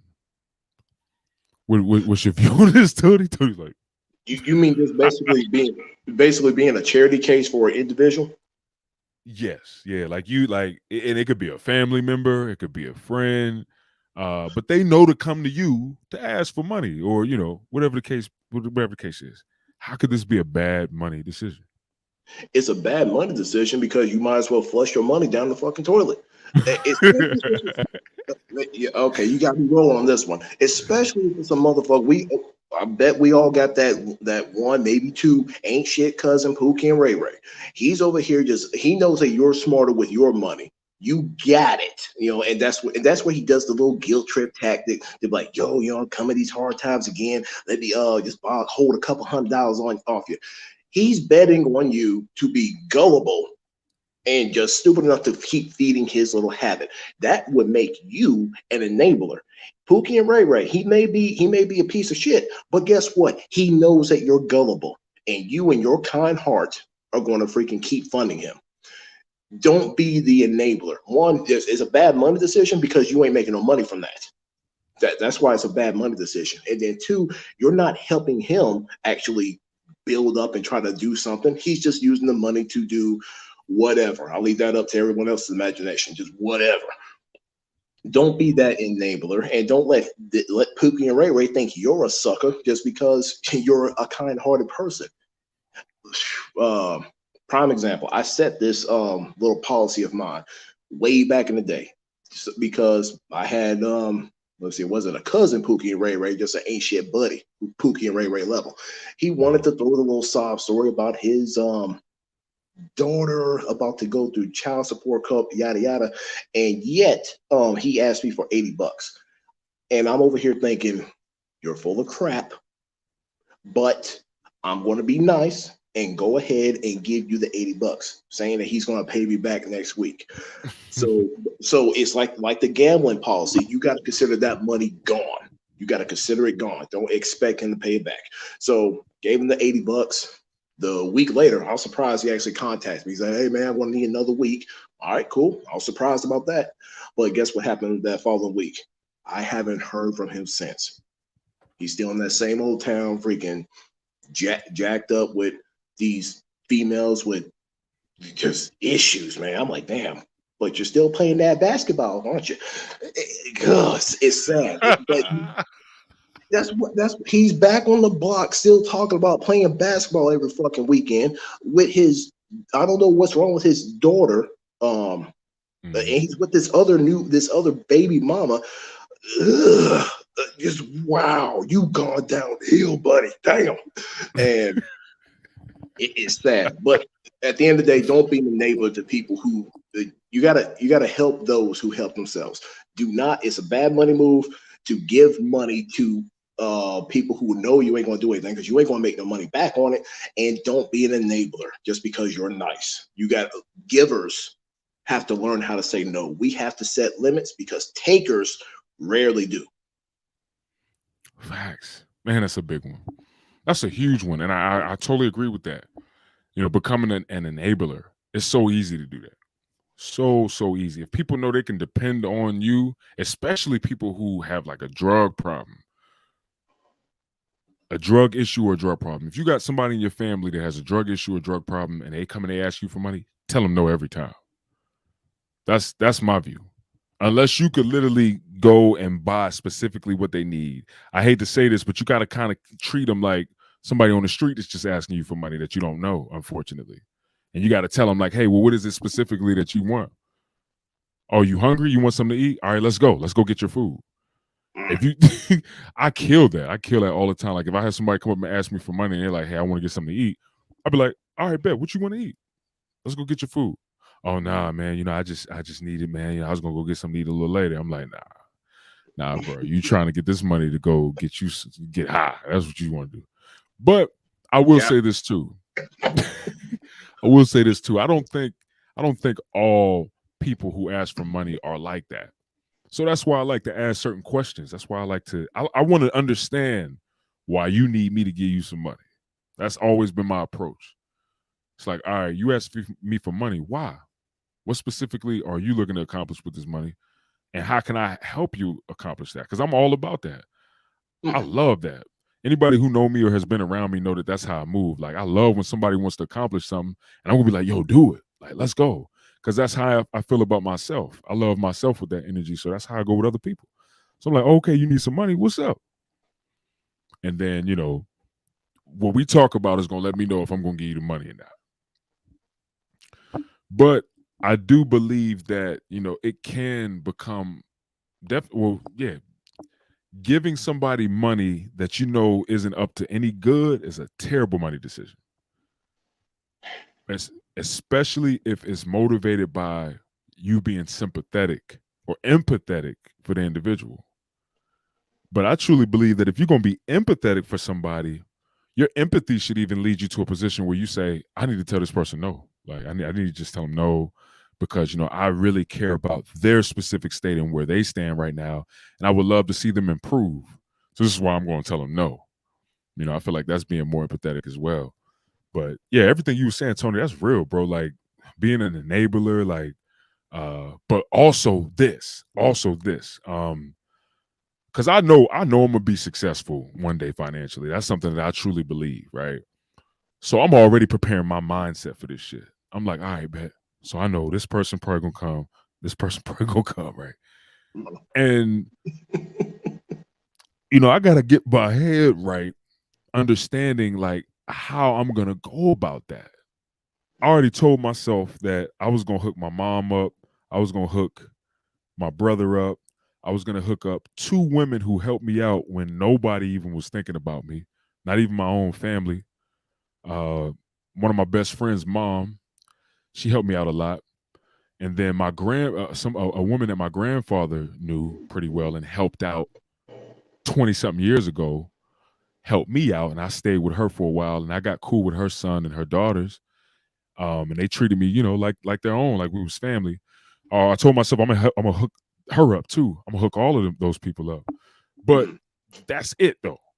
I'm gonna hook people up and that's it. Because a lot of people will probably, spend up what you done gave them, and then they'll probably come back. Like, oh, okay. Like I know people who got money. I'm sure it could probably get very, very difficult at times because people will begin to look at you like, oh, you got it. Oh, you a millionaire. Oh, you got it. So what's a little 10,000 gonna hurt? What's a little 5,000 gonna hurt? Hell no, I ain't playing that shit. Damn it, Pookie. And these be some normal Pookies right here. Like this is a normal Pookie and Ray Ray. They ain't even, they not even on drugs or nothing like that. They just realize that, hey, when they get into tough times, such and such got the money, and we can quickly get a 5K or 10K if need be. And I think that's a terrible money decision too. So honestly, like I said, that's why I said, like, for me, I'm just really going to hook up a few people that I truly believe deserves it and that helped me out when I was in very low times and I didn't really have anybody in my life because I told him I was going to do it. So I'm going to keep my word. I'm going to be a man on that. That's a reflection of your character, sir. I'll give you bravo points on that because like we were discussing earlier about these man qualities, being a man of your word and then paying someone back and maybe throwing just some interest their way because they helped you out in a time of need, that shows a reflection of your character right there. And that's amazing because we don't get that a lot. We're running into more Pookies and Ray Rays or just people who just want to take advantage of the people who have a good heart. And it's not a good heart just to say I have a good heart. It's just that's your character. It's embedded in you to. You're going to hold a door behind somebody or in front of somebody. You're going to hold the door open. You're going to freaking say excuse me. Those manners right there. And then, but when you do those manners and they're just in you, Pookie and Ray Ray scoping you out. And it's sad. It is fucking sad. So They plotting, boy. They literally plotting. Like So that good heart of yours, that time you just got to know when to ice it up when Pookie and Ray trying to do his heavy hustle on you. But kudos to you, sir. Appreciate that, man. Yeah, it took time, man. It took time because it's funny. Like, I I always give glory to God for all of this because that's who I had a relationship with, and that's where I was able to learn a lot of these things and concepts from. Like sometimes people might look at me kind of weird when I say this, but like I believe that God literally was instilling these types of things in me to help me through all of it. You know what I'm saying? Through the things that made me fall victim to, I guess, being taken advantage of and all these different things at a younger age. You feel me? So I truly believe that God was the one who helped me talk myself through a lot of these things, helped me understand the truth, figure out the truth, and I would even pray and ask for guidance and clarity on these specific things. And some people who don't believe in God, some people are atheists, of course, and that's their choice. I don't judge anybody. But a lot of their statements is like, hey, well, how could you believe in somebody that you don't even hear back from? I'm like, I actually do hear back from God. I'll pray about something and God answers my prayers. In one way, shape, or form, whether it's a life situation, whether I hear something that 100% relates to what it is I'm asking about, or I get a revelation with deep in my consciousness right in the moment, and my personal belief, that is God. And that's the answer to it, bro. That's the answer to it. Like, so all glory be to God for it. And I just look to be that and to further extend that. That's why I always talk about the kingdom too, bro. Like this whole kingdom idea comes from what I believe God revealed to me about his kingdom. So I just want my kingdom to be a sub kingdom of his kingdom. So I just wanted to just embody these types of good things and traits and good energy that could be pushed out to other people, and that's the whole goal. But yeah, man, I really do hope to do that and hope to inspire other people to do it too, like to give and just to pay a good debt to society. You know what I'm saying? So that's where it's at. All right, we got something from Sharon real quick. Sharon, she said, I have a family member that goes through $4,000 in a day and then go and asking people for money. They ask me and I say no. Oh my God, $4,000 in a day. What the yo? How much is that in Australia? Sounds like a lot. Yo, that shit is crazy. There's no that ain't even a conversation. If you just got 4K and you went through that in a day, man, I'm not even gonna talk to you no more. We're not even gonna have a conversation. I'm walking away. I'm good. And this again, people need to understand that money and how people use their money is a reflection of their character. So somebody who's out there spending more than what they make or burning a freaking hole in their pocket with $4,000 in a day, that's a bad character. And I know you said you don't judge. Oh, I'm judging. I'm judging the fuck out of you. I'm getting that distance. I stay away from you. You might be okay. Now fuck that guy. I'm judging. Yeah.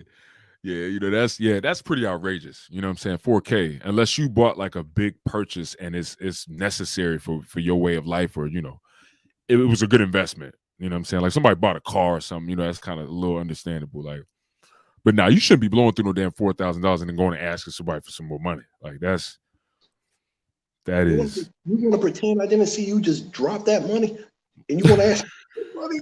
Are you kidding me? Like, yo, you bugging, homie. You bugging. So that's disrespectful. I'm sorry. So, all right, y'all. So we're gonna switch up the mode, man. Everything's going pretty well with the podcast, thankfully. We're gonna do a video real quick from our sponsors, man. It's Superhuman Labs. They got natural, awesome products, man. I say they because I like to be modest, but it's my company, but it's Superhuman Labs. It's a company. It's separate from me. It's an entity. You know what I'm saying? But it's a powerful company. Great products, natural products. We're gonna be dropping a good amount of good products for 2022. But here's a quick advertisement of a powerful product for men and men's health called Virility. So I'm gonna go ahead and play that right now. That wasn't it, y'all, but I'm gonna play that right now.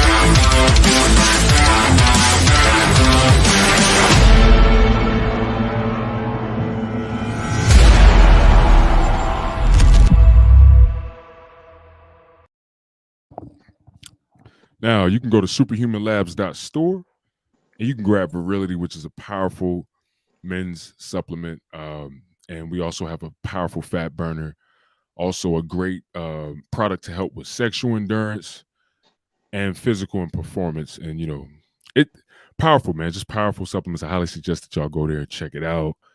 Great, great, great products, man, to look into. Natural, all natural products. All right. So real quick too, we got a couple more comments, but real fast, I just want to say this. Now, when I was talking about giving is powerful. And I want to make sure I state this too. Giving is one of those things that also aligns with abundance. When we give, there's no connection or correlation to lack when you're giving. There's no connection. When you're giving, there's no lack. So giving is a good thing, giving is a powerful thing, and giving is a part of abundance. So I just want to make sure I say that. You got to give to receive, and when you do give, you reap what you sow. So definitely wanted to put that out there and put that energy out there, because that's true. We're not advocating that you shouldn't give. Give, man. You give, you'll be blessed. That stuff is going to definitely come back to you. That's putting good energy out there. But we're just saying, be wise in terms of who you give to. Just think about it, consider it. Don't just willingly give to everybody just because you think, oh, how you give? Because be smart. All right, so what we got? Okay, so we got a couple more comments. Sharon, she said they spend most of it on drugs. Also, she was talking about, I guess, the 4,000 guy. Damn. Man, and that be the thing too, man. These people who do drugs and they get all this money, man, they end up reaching their demise, man, because they spend all this money on the drug and they end up ODing. It's a terrible thing, man, but unfortunately, that's what happens when people move in that energy. It's crazy. Homer, he said, buy his product so Black Superman can spend 4,000 a day also in 2022. Hey, yes, salute.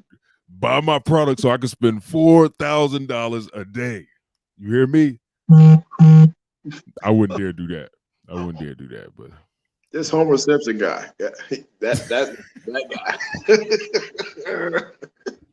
He cool, man. He seemed like a cool dude. I like some of the statements that he put on here, man. We appreciate the good energy and the good vibes, man. Sharon, she said, I have seen a rich person put $5,000 in slot machines. I believe it, man. Yeah, shit. Yeah, they're rich people, man. $5,000 ain't nothing to somebody who's rich or wealthy, And it's funny. It's funny, like hearing me say that, right? Especially us normal people. But there really are people in this world who look at $5,000 as like that is a dollar to them. And all it further alludes to, in my personal opinion, is that's how abundant the world is, man. That we really don't live in a scarce world, even though the powers that be make it seem that way. Like man, there's abundance everywhere, man. And that's just the energy that I'm going to move in for the rest of my life, especially when it comes to money. Hold up, Homer Simpson. He said it's funny because you know me, Black Superman. Yo, who is this, bro? Who are you, Homer Simpson? You said I know you, man. Who are you, man? Oh, I know that guy. That's old Tom. Yeah, Tom. I don't know.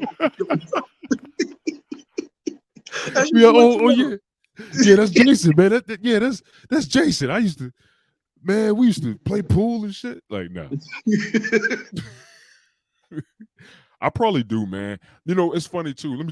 Quick story. It's funny that he said that, so I'm gonna go into the story. So I ran into somebody a couple days ago that recognized me from YouTube, right?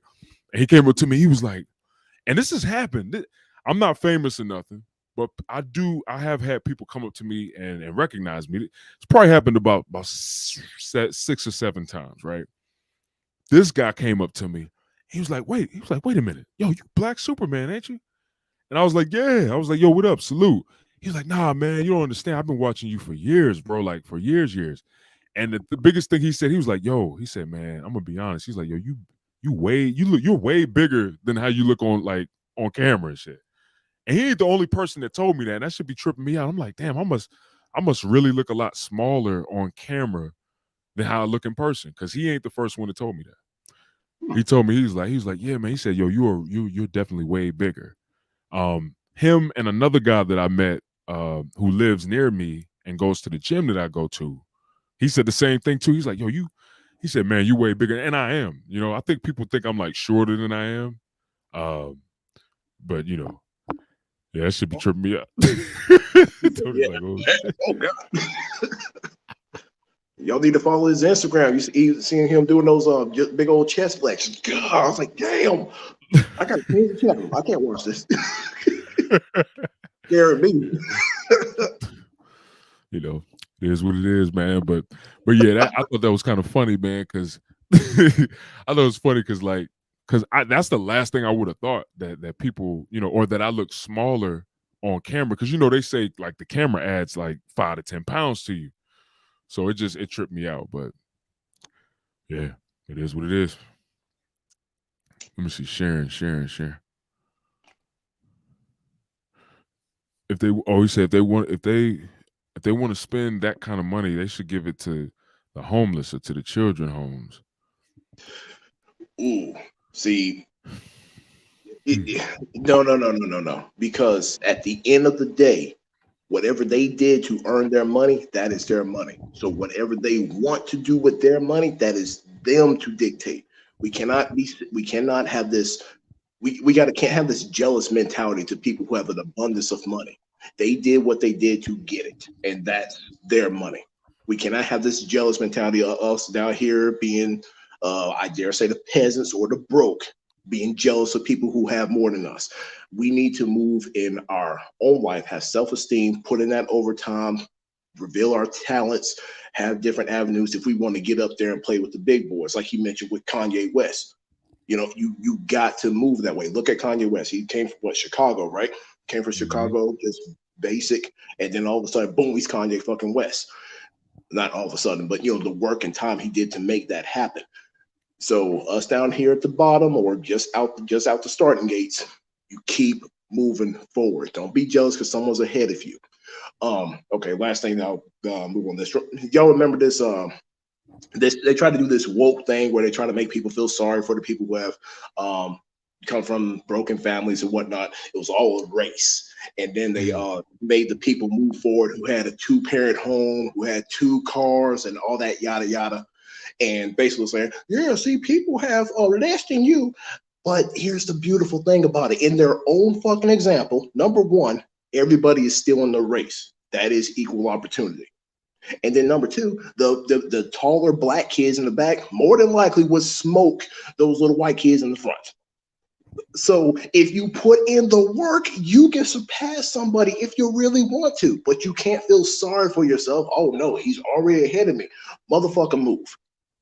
I can't. I went broke several times in my life, and I'm in a way better position than I am, and I plan on not going back. Nobody stopped me. Didn't need the white man's permission. And I'm not jealous of the person who's ahead of me because he grew up with his daddy. No, do not do that to yourself.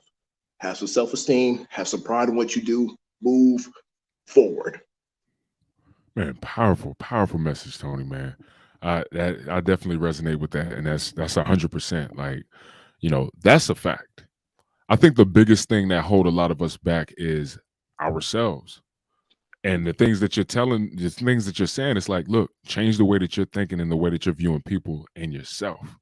Like, that was the biggest thing for me. It was the way that I was viewing myself all the way till this day. I'm still challenging a lot of the core beliefs that I've been walking with that were negative about me and other people, because of multiple experiences that I had that were traumatic.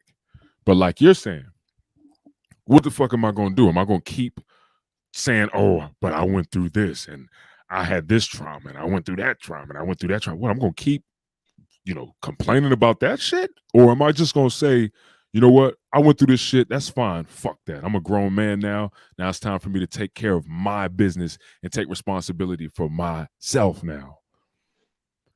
It's like when I hit 30, 31 years old, around 30 and 30 was the best year for me. It was such a I don't know what the fuck it is about that damn 30, man. It's something about that 30. But it was a great year where I felt balanced for once in my life, where I was like, oh, so now this shit is my fault. Like, or like I just got to a place where I understood. I'm like, okay, this is because of me. It's not nobody else. It's not my mom. It's not my dad. It's not my wife. It ain't none of these other people. I am here because of me. So I've been on that almost 4-year journey. My birthday is on the 30th. So that's 11 days from now, right? I've been on a 4-year journey of that. And I'm still recuperating. I'm still healing. I'm still accepting things. But it's powerful for me to see how it's all coming together. Like now, once I started to accept that it was me, that's when the biggest changes happen. Now, I ain't rich or nothing yet. Money, I'm still dealing because I'm still having to catch up with the mistakes, obviously, with the money part. But all I can say is I have a bright future because of the things that I have been able to face. And my wife is 30 years old, so now she hitting the 30. Now it's like bung for her. Now she's like, oh shit, babe. Now I see what you was talking about. Like, this is serious. And now she's starting to accept a lot of things about her, and it's all coming together like a full fucking circle for us as a family. That's a blessing.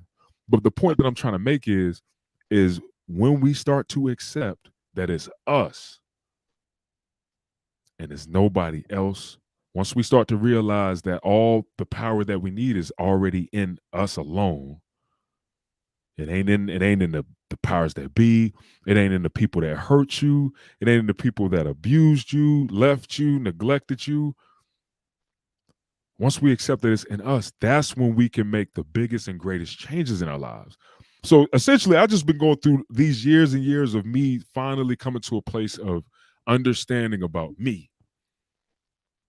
And that's what a lot of us lack, bro. That is what a lot of us lack. And that's why a lot of us keep struggling. That's why I kept struggling, because I did not want to fucking face the fact that it was me. You got to start with that man in the mirror. It's a powerful statement and a powerful concept. When you accept that personal accountability, it's me who's doing it. A lot of times you want to blame other people because you don't want to fight that battle with yourself. But once you do, you look yourself in the mirror and get that motherfucker together, you're squared away. It's not easy. It's a big mental struggle for probably harder than for other people than others. But if you can face that challenge, and when you start moving forward, the goal of that is to be in a better position than where you started. Yes. If you may not catch up to freaking what's his name, Tyler, with 2-parent household, you may not catch up to him, but you're better than where you started. And now you learn some lessons, and maybe you could pass that on to your next generation. Yes. Yes, man. Yes. I'm so glad that we're talking about this right now, because I could tell it's necessary. Like, That's the thing that we have to grasp onto. Not what we don't have or what we haven't reached yet, but rather what we have done. I I was talking, me and my wife was talking about this recently, and I said, yeah, babe, I know we're not ready to buy the house yet. You know what I'm saying? Because we talking 2022, that's the goal. We're buying our first house 2022. I don't give a fuck what I gotta do, right? That's happening. And that's just how I view it. But I was telling my wife, I'm like, I know we can't do it right now, but guess what? Look at what we have accomplished though. Like on a deeper level, not even monetary or financial, but look at what we've accomplished emotionally, mentally. You know, these are the things that has been blocking us in so many aspects of our lives, and we're making great progress mentally and emotionally. This is what's going to serve us in the future as we do increase our money. The more wealthier we come, I always told my wife this. I'm like, babe, I don't want us to be wealthy and rich, but we're depressed, or we don't know who we are as people, or we feel hopeless or powerless or trapped or confused. And I don't think God want that for us. That's why we're not wealthy yet. And the more and more she's accepting it, it's like that's the beauty of it, man. It's like I don't care what nobody say, bro. I would rather I would not want to be rich and be dealing with a lot of emotional and mental chaos within myself. That would be torturous to me. You know, money does not buy any of that. So I can actually value the progress that I've made and we've made mentally and emotionally. That to me, that's more valuable than money, because I would hate to be still going through this stuff and then I got access to all this shit. Oh my God. You could probably do a lot of damage to yourself and others with that abundance of resource, but your mind ain't right. Bingo. And that's exactly what happens to a lot of these people that end up becoming rich for whatever reason, whether it's hitting the lottery, they finally made it in their job, or they finally made it in their career, or whether they are an artist or singer or actor, or, they get this big break. But then you start hearing about stories where they end up crashing or crushing, or terrible if stories where people end up committing suicide, or like these terrible things. And it's because the money cannot erase any of the issues, the damage, or the wounds, or the pain. That is stuff that we deal with internally. And I believe that it's a prerequisite, in terms dealing with that as a prerequisite to enjoy financial gain and happiness. And I also counted a blessing. I also counted a blessing that I ain't rich yet, because that stuff needs to be dealt with. I think what's his name, Shia LaBeouf. I think that's his name, Shia Yeah, LaBeouf, the LaBeouf or Transformers. something. Yeah, the Transformers guy. He's a good example of that. I seen that video of him getting arrested, just acting a straight ass. I'm like, dude, you got it made. Why are you doing this to yourself? Because he's mentally jacked up. His character is not hardened enough. And there he is acting a fool, abundance of money, but getting arrested. Yeah. It's like, man, you get these rich and successful people, but they're still exhibiting all these signs of not being happy. That's a clear indication right there that money doesn't bring us happiness. And that was one of the biggest things that God showed me at 30. Because I was so painstakingly chasing it in such a spirit of lack, and in such a spirit of like, oh, I need the money, I need it, that I pushed it away from me even further, and I still didn't get the money that I needed. But my point that I'm making is the money is just an illusion. It is just an illusion and a currency that has been constructed by man, and it literally comes from trading and bartering, and that's all it really is at the end of the day. And at this point, money is literally just being printed. At this point, like it's literally just being printed.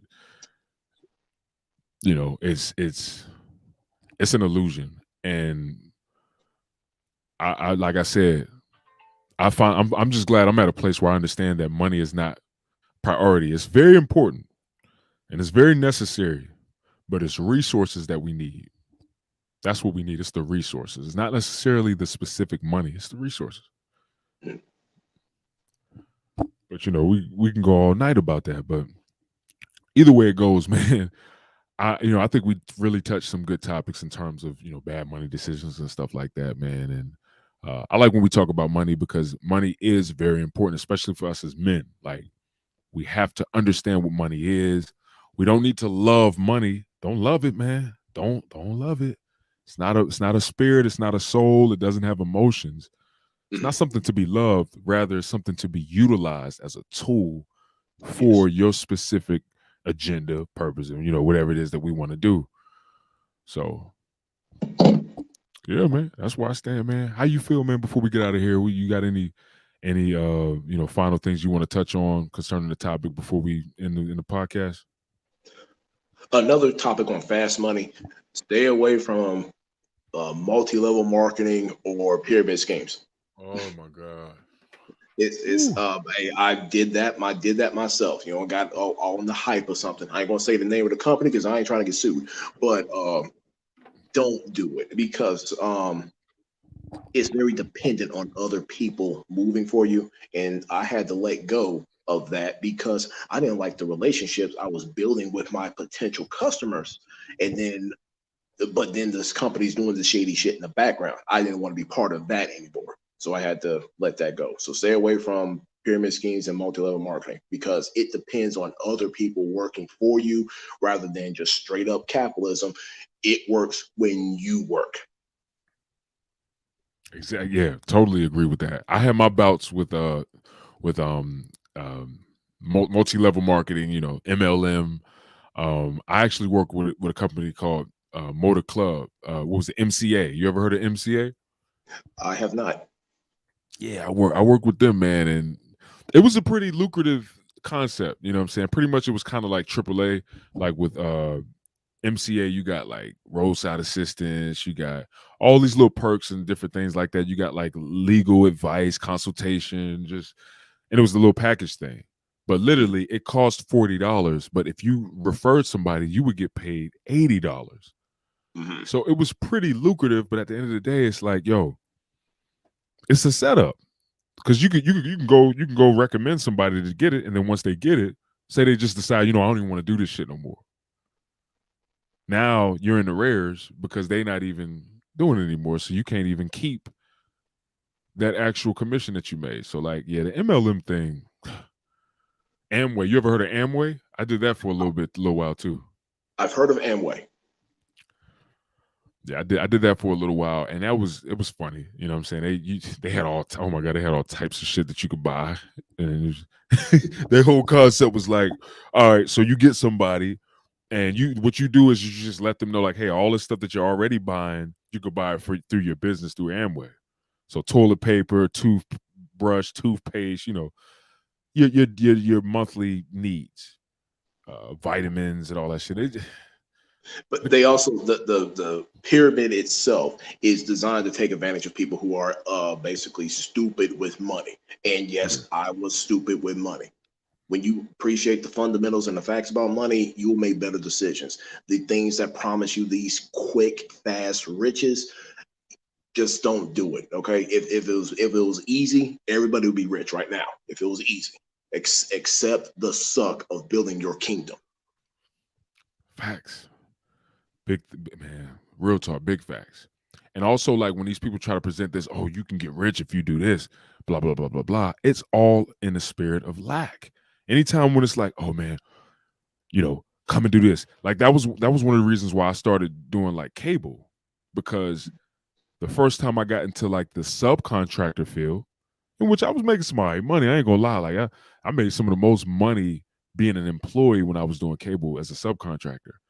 But besides the point, that was the main pitch. It's like, yo, you work with us, man. You can make. We got some guys making 95,000 a year. We got some guys making 110,000 a year. You light up. Why? Mhm. Because I don't make that right now. I'm in lack of that. So let me go and get that. Let me try to get that. That's that spirit of lack, that desire. It's like I don't have 110K, so I got to do this. And that was my approach the entire time. And my focus was on money, so I never really focused on the craft of it and me performing well and me sacrificing not making a lot of money at first so that I can get great at this craft, which would in turn make me more money. You know what I'm saying? My mind wasn't thinking like that because I was in a space of lack, not abundance. I wasn't thinking abundance like, oh man, I'll make so much money in the future. Let me just really get this thing down. So there's so much to it, man. But I'm glad we had this episode, man. I'm glad we touched bases on this, and definitely ain't gonna be the last financial, podcast for sure. Um, I'm thinking next week we definitely gonna take it back to the fitness thing and dig deep on that. So the next episode definitely gonna be on fitness in some way, shape, or form, um, something beneficial. But we definitely gonna dig deep into that. All right, we got one more comment. I'm gonna go over one more of these comments from Sharon Constable and Homer Simpson. He said, "Good show, yo, Homer Simpson, bro. Who are you, man? You said I know you, man. Who are you? Please tell me." Because now you got me. If I'm not mistaken, I think I might know who you are now that I think about it. I think I know who you are. I think at one point, I don't know. I don't know if you was like a client of mine at one point, or we was working together, or you was about to become my client or something like that. Now that I think about it, it's starting to kind of ring a bell. The Homer Simpson thing. But anyway, James Tillman? I need to stop. I just threw it out random names. That's not doxing anybody. That was just a random name. Is it James Tillman? I'm sorry. Oh shit! All right, so Sharon Constable, she said, I am proud of myself and my kids. Said my son Kevin at the age of 19 years old started buying his house. Man, that's amazing. Kudos to your son Kevin at 19. I wish I would have did that. Man, oh my God. Tony, I know you can go for hours too about like what you would have did at say 17, 18 to set yourself up so much better. Man. True. I believe we all can do that. But we also have to realize and take advantage of the things that we learned in our ignorance. Oh, yeah. So now that we can actually tell that to the next generation, hey, don't fuck up like I did. Don't waste your time. Don't waste your money. Just the whole spirit of the show right now of what we did. Freaking take this as a jumping point for you to stay on the proper track, and you'll be past us. Oh, hell yeah. That's one of the reasons too why we do this, guys. Like, especially for the guys that's younger. Like you, anytime I get graced to be around a younger man that's anywhere from 16, 17, 18, 19, 20, the first, or 21, 22, first thing I'm saying to them is like, bro, do you understand the advantage that you have right now? I'm like, man, I could tell you 3 things right now that will literally change the trajectory of your life. And if you applied it, you would be so ahead of the motherfucking curve. And I could totally agree with you, Tony. That's a fact, though. We do have to understand the beauty and the gems. A lot of the times we have mistakes so that we can help others, man. Sometimes that's a part of our purpose. Sometimes God allow us to go through these different mistakes and, to endure these things so that we can essentially pass this information on to someone in the future. I don't want to go too deeper, but, that's my belief. Like, I think that's a part of divine order and how God works. So even our mistakes can be used for the greater good. It's a powerful thing. Yo, Homer Simpson, I think I know who you are, bro. He said he posted his IG name. I didn't see your IG name on here, man, but I think, if I'm not mistaken, I think I know who you are. I think you're somebody that I worked with. Your name ain't clicking. That's why I was asking you to put your name in the chat. But it's all good, man. You don't got to if you don't want to, man. It is what it is. But yeah, man. But yeah, this was a great episode, man. It feels good also to be back, man. That little week that we couldn't come in, kind of felt a little odd, a little bit. I'm like, damn, we used to us doing it, but it's all good. We back in motion, and so we're on episode 11, man. Kudos to us, man. We're on episode 11. This is dope and this is lit. This is season 2. I'm thinking we're probably gonna go about another maybe 4 to 5 episodes, and then we'll probably go ahead and get ready for season 3, man. So to all you guys that's actually, interacting with us and everything like that and enjoying the show, we appreciate y'all. Thank y'all for watching. Thank y'all for, showing love, liking the video, sharing it, and all that good stuff, man. Be sure to give y'all suggestions too, man, of things that you guys would want to see, things that you guys would want us to touch on. so that we can make season 3 even better than this season. So we're definitely open to get suggestions, y'all, things that y'all want us to talk about, hear about, all that good stuff, man. So yeah, man. With that being said, look, we appreciate y'all for watching. Men, fellow kings, listen, every man is a king of his own world. All right. Embrace your masculinity and build your kingdom kings. Salute, man.